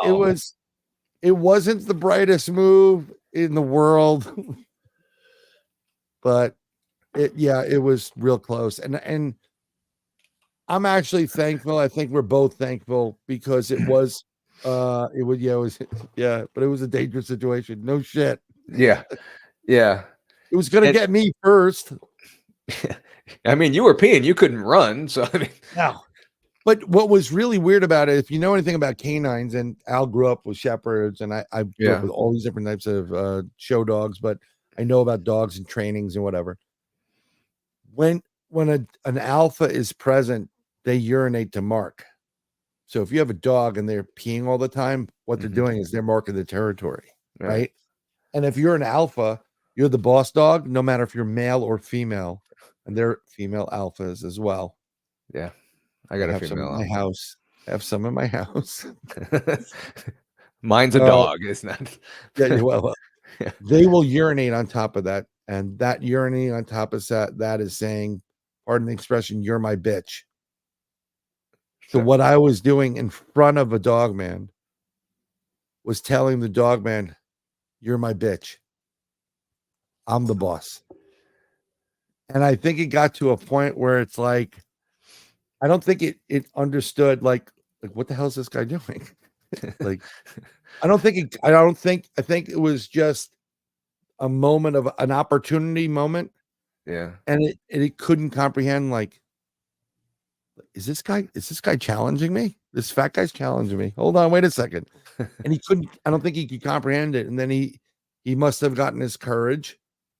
It felt like that he was coming around to come and get us. So when you said he got down, I was thinking that, you know, how dogs, when they crouch down on their haunches and stuff before they jump and attack, I thought that's where you're going with that. That's what I was thinking. Yeah. Because it was, I had a bull terrier. Yeah. Amazing. My brother had a Rottweiler. I've seen this numerous times. They can be sitting and they can kind of like decompress down to the ground, fully like level with the surface really quick. Mm-hmm. And this thing just kind of like sank into the surface. and then it disappeared. That was the scary part. Yeah. This is try to hide me someplace. Yeah. And it was just like time to go. And double that, actually. I mean, if it was, Oh yeah. It had to have been 12 feet tall. Close to 9 to 12 feet tall. If it's sitting down, it's close to 9 feet. yeah, It's 3 feet taller than that. and it just 12 feet disappeared. I tall. mean, you didn't. No, didn't, and it didn't come out. Now, thought is one, it freaked out and just said maybe it thought I was the boss and it took off someplace, or two, it's just it was gonna come out, but we took off before it can do anything, so it didn't extend the Yeah. spend the energy. Or it realized that you were peeing and telling it that it was your bitch. Yeah, And maybe. it just, And I mean, I my brother's Rottweiler, I thought he was the alpha. yeah. He would pee on everything, whatever. And he tried to pee on top of. We hung out a lot. We didn't have houses to go to in New York City. We had parks. Mm-hmm. That's where we would hang out as kids or whatever. So, his dog would pee on top of your urine saying he's the boss. And then I would just pee on top of the dog and then eliminate the whole process. My brother's like, "Why are you wet, boy?" I'm like, "Well, I'm dog stop peeing on my stuff. I'm the alpha." It's kind of weird. I took him on into a new apartment in my building. Yeah. And I saw a 150-pound Rottweiler crouched down, like scared. Wow. Yeah. That's unnerving. You have Yeah. a dog or and that thing gets freaked out. That's no joke. Yeah. Man, that was freaky. That was a great story. Well, I mean, I'm glad I'm here, but yeah, it was belly crawling towards us, yeah. But Wow. you'll hear Al say more things like, I'm calling bullshit. I love it. I have like 7 sounds of him. I'm drinking here. But I know he's full of shit. He hates it. April 4th, Al will be on here. Yeah, Al was like, I just wanted him to piss on the other side of the road. No, dude, if we were on the other side of the road, he would have totally gotten us. Yeah. Because, well, Wouldn't have been near your car. Yeah. it would have been close enough. I mean, 12 feet is 12 feet. It's a story of a building. Yeah. Each story is about 10 feet tall, 10 feet. Yeah. So this thing, I mean, the one thing I worried about with Dogman that I know is that if you have one in front of your face, Uh-huh. there's another one someplace creeping around. Yeah. And if that was 10 feet away from you, one stride and it's on you. In a split second. Yeah. I think it was curious as to why I was doing what I was doing, because I don't think it's ever encountered that. Yeah. I think it's encountered people urinating themselves when it reveals itself to them. But not stand there just peeing normally. Yeah. I always had this I told this to a couple of people. One of my really good friends I grew up with, Hector Colazzo, God bless you, Hector. Hope you're okay. He was an artist from Marvel and DC. So he drew, he was a comic guy. Big time comic guy. And had he been alive when this took place, I would have gone to him and told him the story. And and I would have gotten him to do the storyboard of Dogman, peeking, Brian coming up, Brian urinating, Dogman perplexed, the whole situation. And then the last scene would be that Dogman back at the Dogman, den. So there I was, and he was peeing right in front of me, like I couldn't believe it. Smoking a cigarette or something like that. Oh, that's awesome. Yeah, it would have been great. Yeah. Yeah. Al was ready to take off, The passenger side was open, and I just popped in, and he spun around like a Rivadenci red. Wow. Have you guys been back there since? No, we haven't. We didn't go back there yet. We did something about virtual, but we're gonna go this year. Yeah. It'd be interesting to see if you see another Dogman. Well, knowing what we know now, I'd be on that side of the road going into the woods and looking for prints. Not I'd love to not know what doing the happened to not doing those. the ghost hunt. No, I would like to go. I mean, we had one sitting there, so we know they're in that section. And I Yeah. think the reason why those kids kept coming in and out, and as quickly as they went in, they went out, Mhm. is because of the shit that goes on there. Yeah. I mean, they know, like the father's like, find out who those people are, trying to do the right thing. Like, don't go in the woods, people. There's something in there. There's dog Probably man. nobody believes them about it, right? Mhm. We would have believed them. We would have been like, yeah, it's a dog man. Yeah. They were like, well, get in the house because they get vicious and whatever. They know what these things do. Yeah. And it happens to be, anything about dogmen, a lot of times there's a lot of history between dogmen and cemeteries. And what a perfect spot for them. That's what somebody said in the one of the comments that they what was it that they said something about the dogmen like the burial grounds. They love the burial grounds. There's reports of them digging up graves. Ooh. I don't know why. And if it's a mass grave, then that would be relatively easy for them. Yeah, and you don't know what else is in there, Yeah. Um, Bristol said it. Yep. Letchworth definitely has the creepy factor. I mean, it's a great place. Can you imagine? That place is super duper haunted. Letchworth Village is haunted beyond haunted with, spirits that are not mentally stable, slow, if you'd like, or challenged, and some sick puppies there. Yeah. They wanted to build Lego land on there. Could you imagine that? Daddy, that Lego's floating. that castle, Lego castle, built itself. Daddy, we've got to go. Holy shit.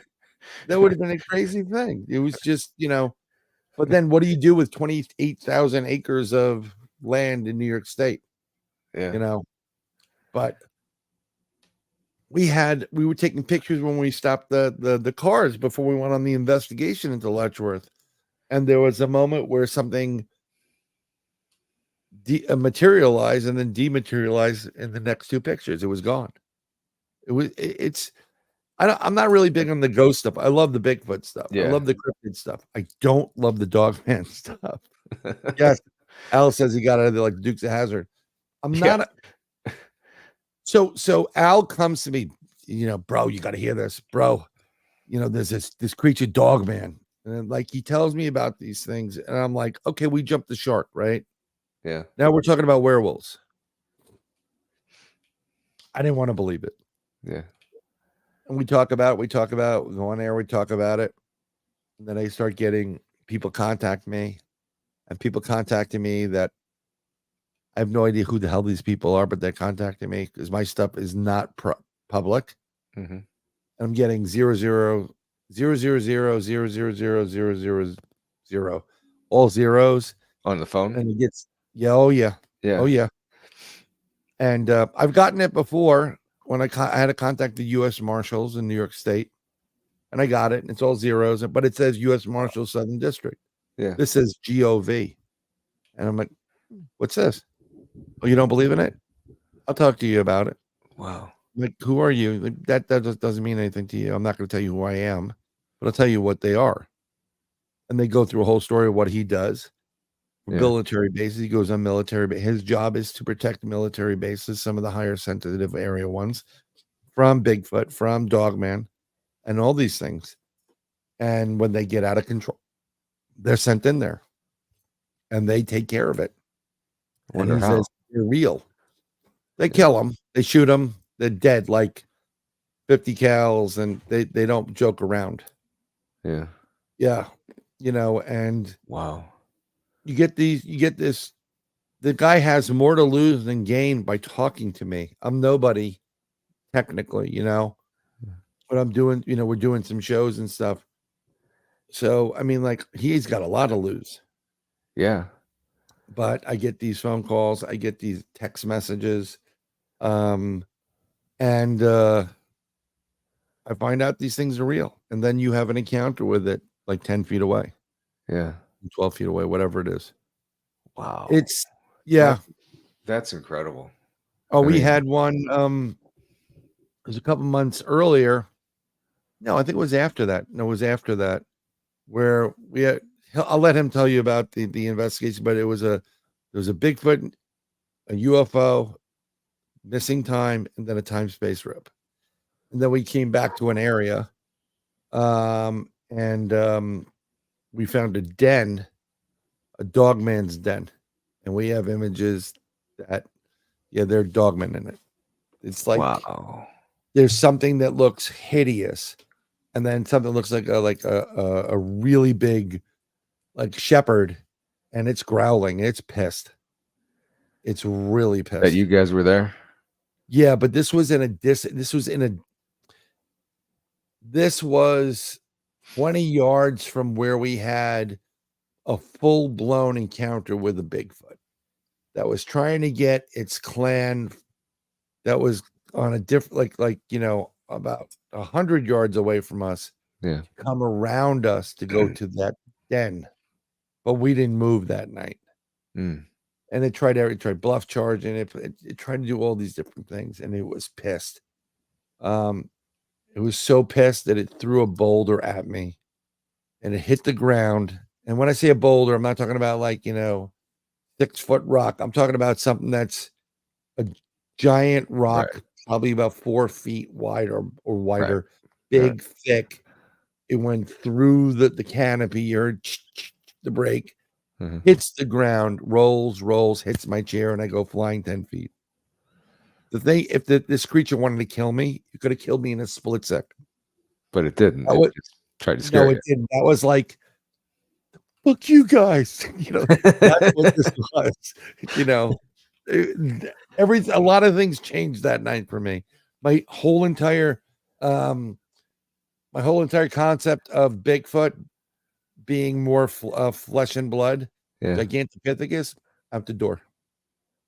Wow. That's when I was like, there's no way this thing is just flesh and blood. It has to be interdimensional too. Because it went whoop, whoop, whoop. And the third whoop was at 2 miles at the other end of this lake. And there's no way you can do that unless you can open up a portal. Yeah. And go from point A to point B in a split second, which you can do that quantitatively. I studied physics. And you said this was the site where you had the UFO and the Bigfoot all together? We had this Bigfoot thing first. Then after that whole thing was over, we were moving to the next site. So we're setting up camp elsewhere. And we had a UFO cutting across the sky. And I went, what is that? And I pointed at it, and it was going like this. And I went, what is that? Boom. It stopped, and then it started coming right at me. And it was Al, myself, and this guy, Bill. And then we had missing time for a bit. And then that was fun. Then we had a time-space rip. We had an experience with a family that was going to be there 12 hours from now. And yeah, there's some really weird things going on there that night. How much time did you lose? Did you know? We lost 2 hours there. Actually, if you want to know, I don't know how much time we have here, so I want to take too much of it. But I don't want to. It's almost 11 o'clock your time. I don't want to keep you. So I'll leave that story to Al. That was my first known real time experience. Wow. Missing time. That I'm non-drinking missing time. No. Yeah. Non-drinking or smoking. Non-drinking or smoking, missing time. And so it was weird. I have video of it because I videotaped the UFO coming in. It's on Bronxville Paranormal Society on YouTube. Okay. And this camera had unlimited video length. And I would have kept videotaping it, but for some reason I only videotaped for 60-something seconds, I think. And one of the guys on there, Bill, sounds like he's a robot. Doesn't sound like Bill. Yeah. Just sounds like this. really weird. So let's fast forward. 2.5 years ago, we were looking to move from New York. I wanted to go to New Jersey, then to Florida, but my wife wanted to go to Florida. So we were driving back and forth. And we didn't fly. It was during the COVID stuff, and I didn't want to go through all the crap. So my halfway spot is Florence, South Carolina. Yeah. That's the halfway from New York down, whatever. We originally stayed at Fayetteville, North Carolina, which is where Fort Bragg is. But if you go that little extra hour, believe it or not, that one extra hour, it really hooks you up the next day. So we go the extra hour. So I'm in the car with my two daughters in the back and my wife. And she's passed out. I'm on Route 95. And I'm using Waze, the Waze app. That's what I use. Great app, boom, listening to whatever. I'm like, I'm tired. I wanted to go stop and get a cigarette, go to the bathroom, but tired for whatever reason. Yeah. And all of a sudden, Waze just says you're going to get off this exit, which is near Fayetteville. And I'm like, okay, what the hell's going on? They shut down 95. Oh. They literally shut down the highway. And I figured, they're going to give me a workaround. Yeah. Detour workaround. And they're passed out. So I figured this is an opportunity. If they put me on a side road, I'll just pull the car over for a minute, smoke a cigarette, and we'll get back in the car and go. I'm no more than an hour from there.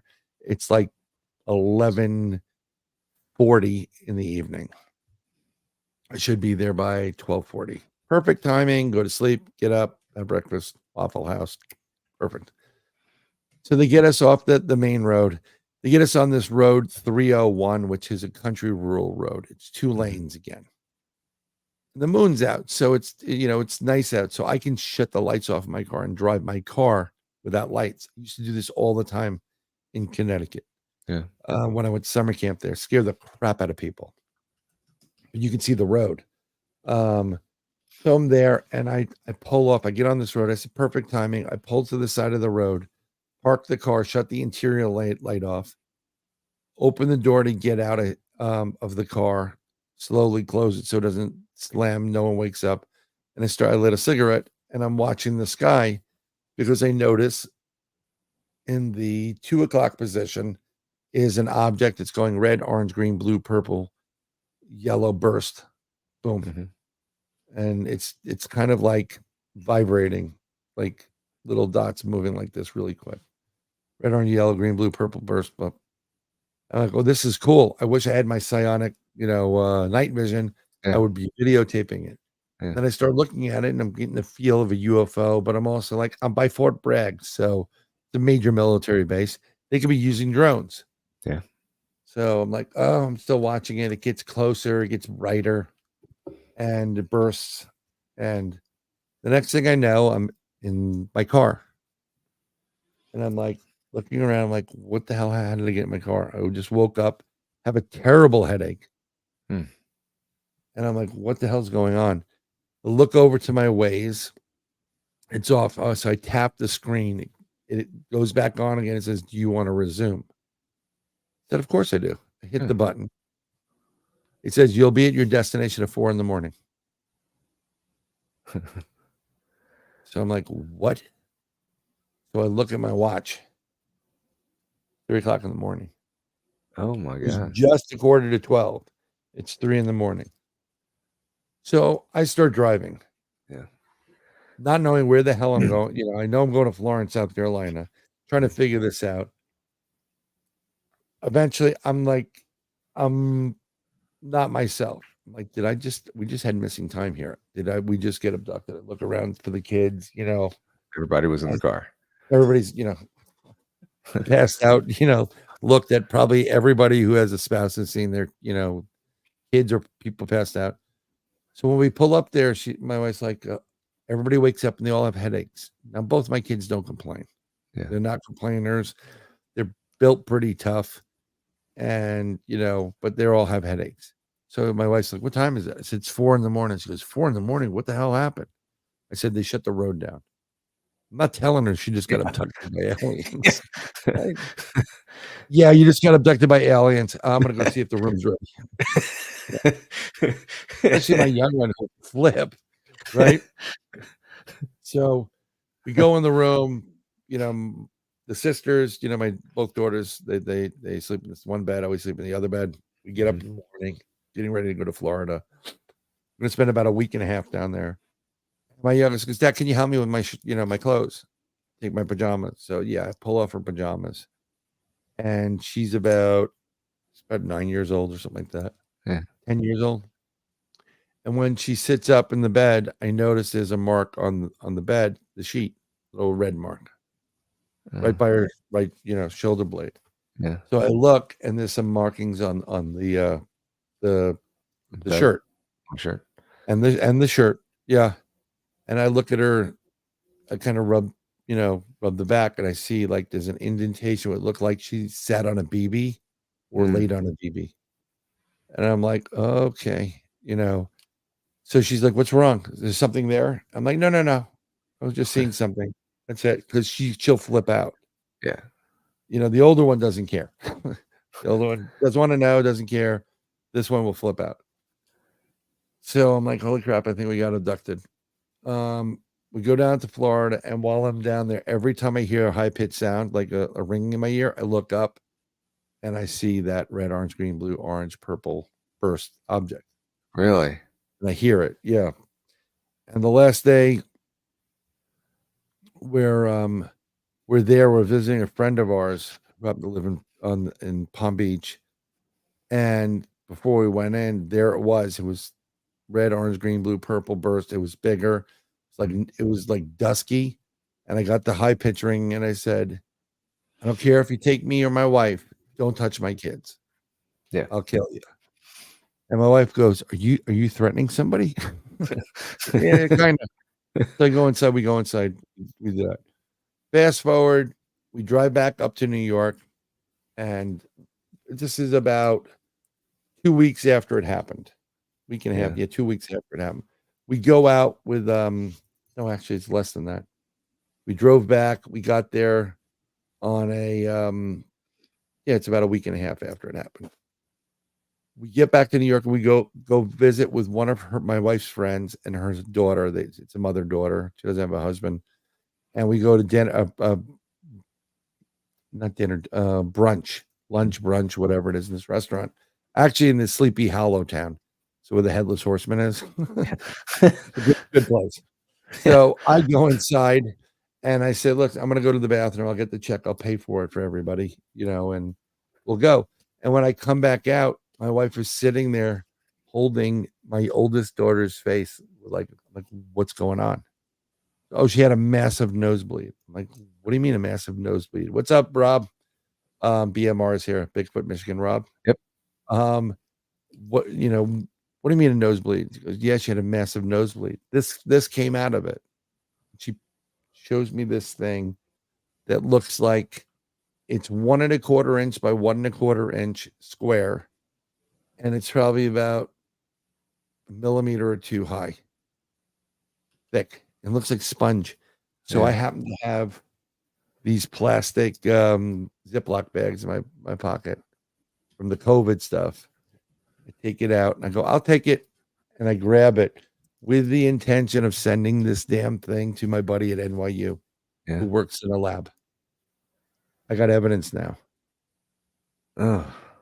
This thing was, I'm not kidding, 1 inch by coming out of her nostril. My oldest daughter looks like she's 22, but she's not. Yeah. That's my problem. She's a lot younger than that. Okay, that's a big problem. Yeah. Yeah, and it's so I'm trying to get this into something cold, like my freezer. We get back home, and I'm about to put it in the freezer, and something else takes place, and I have to go take care of something. And by the time I come back, I forget about it. It's been sitting on the counter. And then eventually I see it, and I put it in there. But by the time it was all said and done, every time I try to go do something with that object, it's as if something said, nope, we're not letting you, interfered, so I couldn't. And I finally got to the package. Mm-hmm. It was all dried out. And when I opened it up, it was powdery. It went everywhere. and I had nothing, but I had evidence right then and there. Did you keep the powdery stuff? I try to keep the powdery stuff. It's just, but it gets scooped up into, a bag. And if you have dust there and hair, and it's a waste. If I didn't have to rush back down and I could have gotten to my buddy at NYU, I would have done it right then and there. I was, even thinking about calling him. But, I know what would have happened. He would have discovered it's like, oh my God, this is from Rigel 7. And somebody would have come into his office, Yeah. Like, what happened to Wow. Bob? Yeah. That, yep. I mean, I'll make this quick. We're over 2 hours here. Did Sorry. your kids ever, oh no, you're fine. Did your kids ever realize anything had happened? No, I haven't told them or my wife. Okay. But my youngest does see aliens in the window of our new home. She's seen them. Really? And I've had an experience late at night where I felt like I was returned after being harvested, we'll just say. I was uncomfortable. And the same night, I'm like, I just felt unnerved, uncomfortable, violated. My youngest daughter scared the crap out of me coming downstairs because I left my bedroom to go in my living room just to hang out, and sit up instead of lie down. And I'm like, what are you doing here? And she's like, there are aliens in the window. Can I just stay with you? I'm like, yeah, you can stay with me. And she's saying aliens, and I'm feeling like I've been abducted. And then fast forward this past December, 2 different times, December 10th and December 29th. Yeah. First time she ever sees UFOs, not a UFO. She sees a fleet of 7 flying south to north in Florida. She goes, oh my God, it's my first UFO. I said, it's not a UFO, honey. It's 7 UFOs. Holy cow. 7. Delta pattern.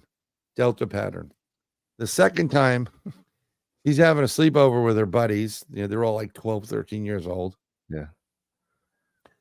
I'm outside because I don't want to be in the house with all these kids screaming or whatever it is. Can you blame them? No. So I go outside. So I get up about 10:30 and she's having a sleepover. And I'm like, let me go get a drink. And as I get up, I look in the sky, same type of craft coming at me over by my house, following west to south pattern. I videotape both of them. And I'm calling her in there, Jordan. She goes, they're back. And it was huge. Yeah. Wow. So, wow. Thank you for having me on. I'm sorry if I talk too much. Oh, you're no. You're fine. It was great. I mean, these stories were just fantastic. I mean, yeah, it's what we do, what I do. Yeah. Hopefully I'll be back in a couple of weeks and have some good Bigfoot stuff. That would be really good. Yeah, I mean, I'd love to have you back with that and then whatever else you have. You can get Al on there, and he'll say, "Sorry, just not buying it." You and Al together, I won't have to say a word. That's what happens usually. They usually say that's like, "Can you guys do an hour?" We're like, "That's an appetizer." Yes, we can do an hour. The longest interview I ever did was for my own show. It was 9 hours or 9 to 12 hours. Wow. Robert Vanderbroek out of the Netherlands. Great guy, great mystic. And after I've talked to him for 4.5, 5 hours on video, he goes away and one of his mutual friends goes, Brian, did he ever tell you about the tentacles? I'm like, what? Yeah, Robert got tentacles from extraterrestrials. I'm like, you tell that to me now? This is 6 hours later. He's off the air. Yeah. Have him back on. Crazy. Yeah. Awesome. Oh, that was a good show, but I appreciate you having me on. No problem. Do you have a YouTube channel? Yes, I do. It's Brian. I think it's at Bryan Bowden on YouTube. I think they call it at Bryan Bowden. You have to look up Sir Bryan Bowden, one word, SirBryanBowden. And We have a ton of them. I mean, like we have the Bronxville Paranormal Society. They have the New York State UFO Project. I'm putting a lot more stuff on this one, and then when it's Al and I and whatever, we put it on the. We'll set it up. Because tracking so many different websites, YouTube pages is just it's like pulling teeth. Well, But yeah, if you want to get in touch with me, I'm on Facebook when I'm not in jail, Facebook jail. Brian M. Bowden. Just say, hey, I saw you on Paranormal Among Us, and you really were good, or you really sucked, or I want to ask you a question about this. I think everybody I'm on open. here liked this. I mean, everybody was saying how good this was. Yep, and if you want to see us on TV, Discovery Plus. Awesome. Yeah, that was on Brian, a couple of those shows. I truly, really appreciate doing this. It was great meeting you. Pleasure. And face to face. Great stories, great time. 2 hours went by way too fast. It does often, and if I missed anything, or I was trying to follow the comments, and I apologize. I'm just I'm talking too much. No, and the only time I get to talk. Never mind. Yeah. So guys, head on over to his YouTube page, check that out, give him a sub, and we'd appreciate and that I'd love a sub. Roast beef extra cheese. No, I'd love a sub. I thought you were roast beef, but Reuben tomorrow, St. Patrick's Day. Make sure you get a Reuben. Actually, I got corned beef and cabbage. I'm going to be cooking up tomorrow. But I work in a meat market. That's all I've been talking about today is corned beef. Oh, really? I just bought like $200 worth of steaks from a guy out of a truck. So. Okay. It's the most bizarre thing in the world, but they built for restaurants, and so like, look, you get shell steak, you get this shit. I'm like, okay, whatever, sure. Hey, cool. Got to make money somehow, guys. Yes, but and also I have the link tree. But I think it's just Brian. I have that in. You sent me that, and I put that in the show notes. So perfect on the YouTube page. Just check that out down there. All his links are in there. So I'm going to work on an OnlyFans page like Al has, but I don't. It's gonna kill me. We'll leave that one alone. All right. Brian, thanks so much. Thanks a lot, Paul. All right. Thank you, everybody. Have a great night. Have a happy St. Patty's Day. Stay safe out there. Make sure if you're going to drink, make sure you do it responsibly. All right. Until we see you again, be safe, and I'll see you in the next episode of Paranormal Among Us.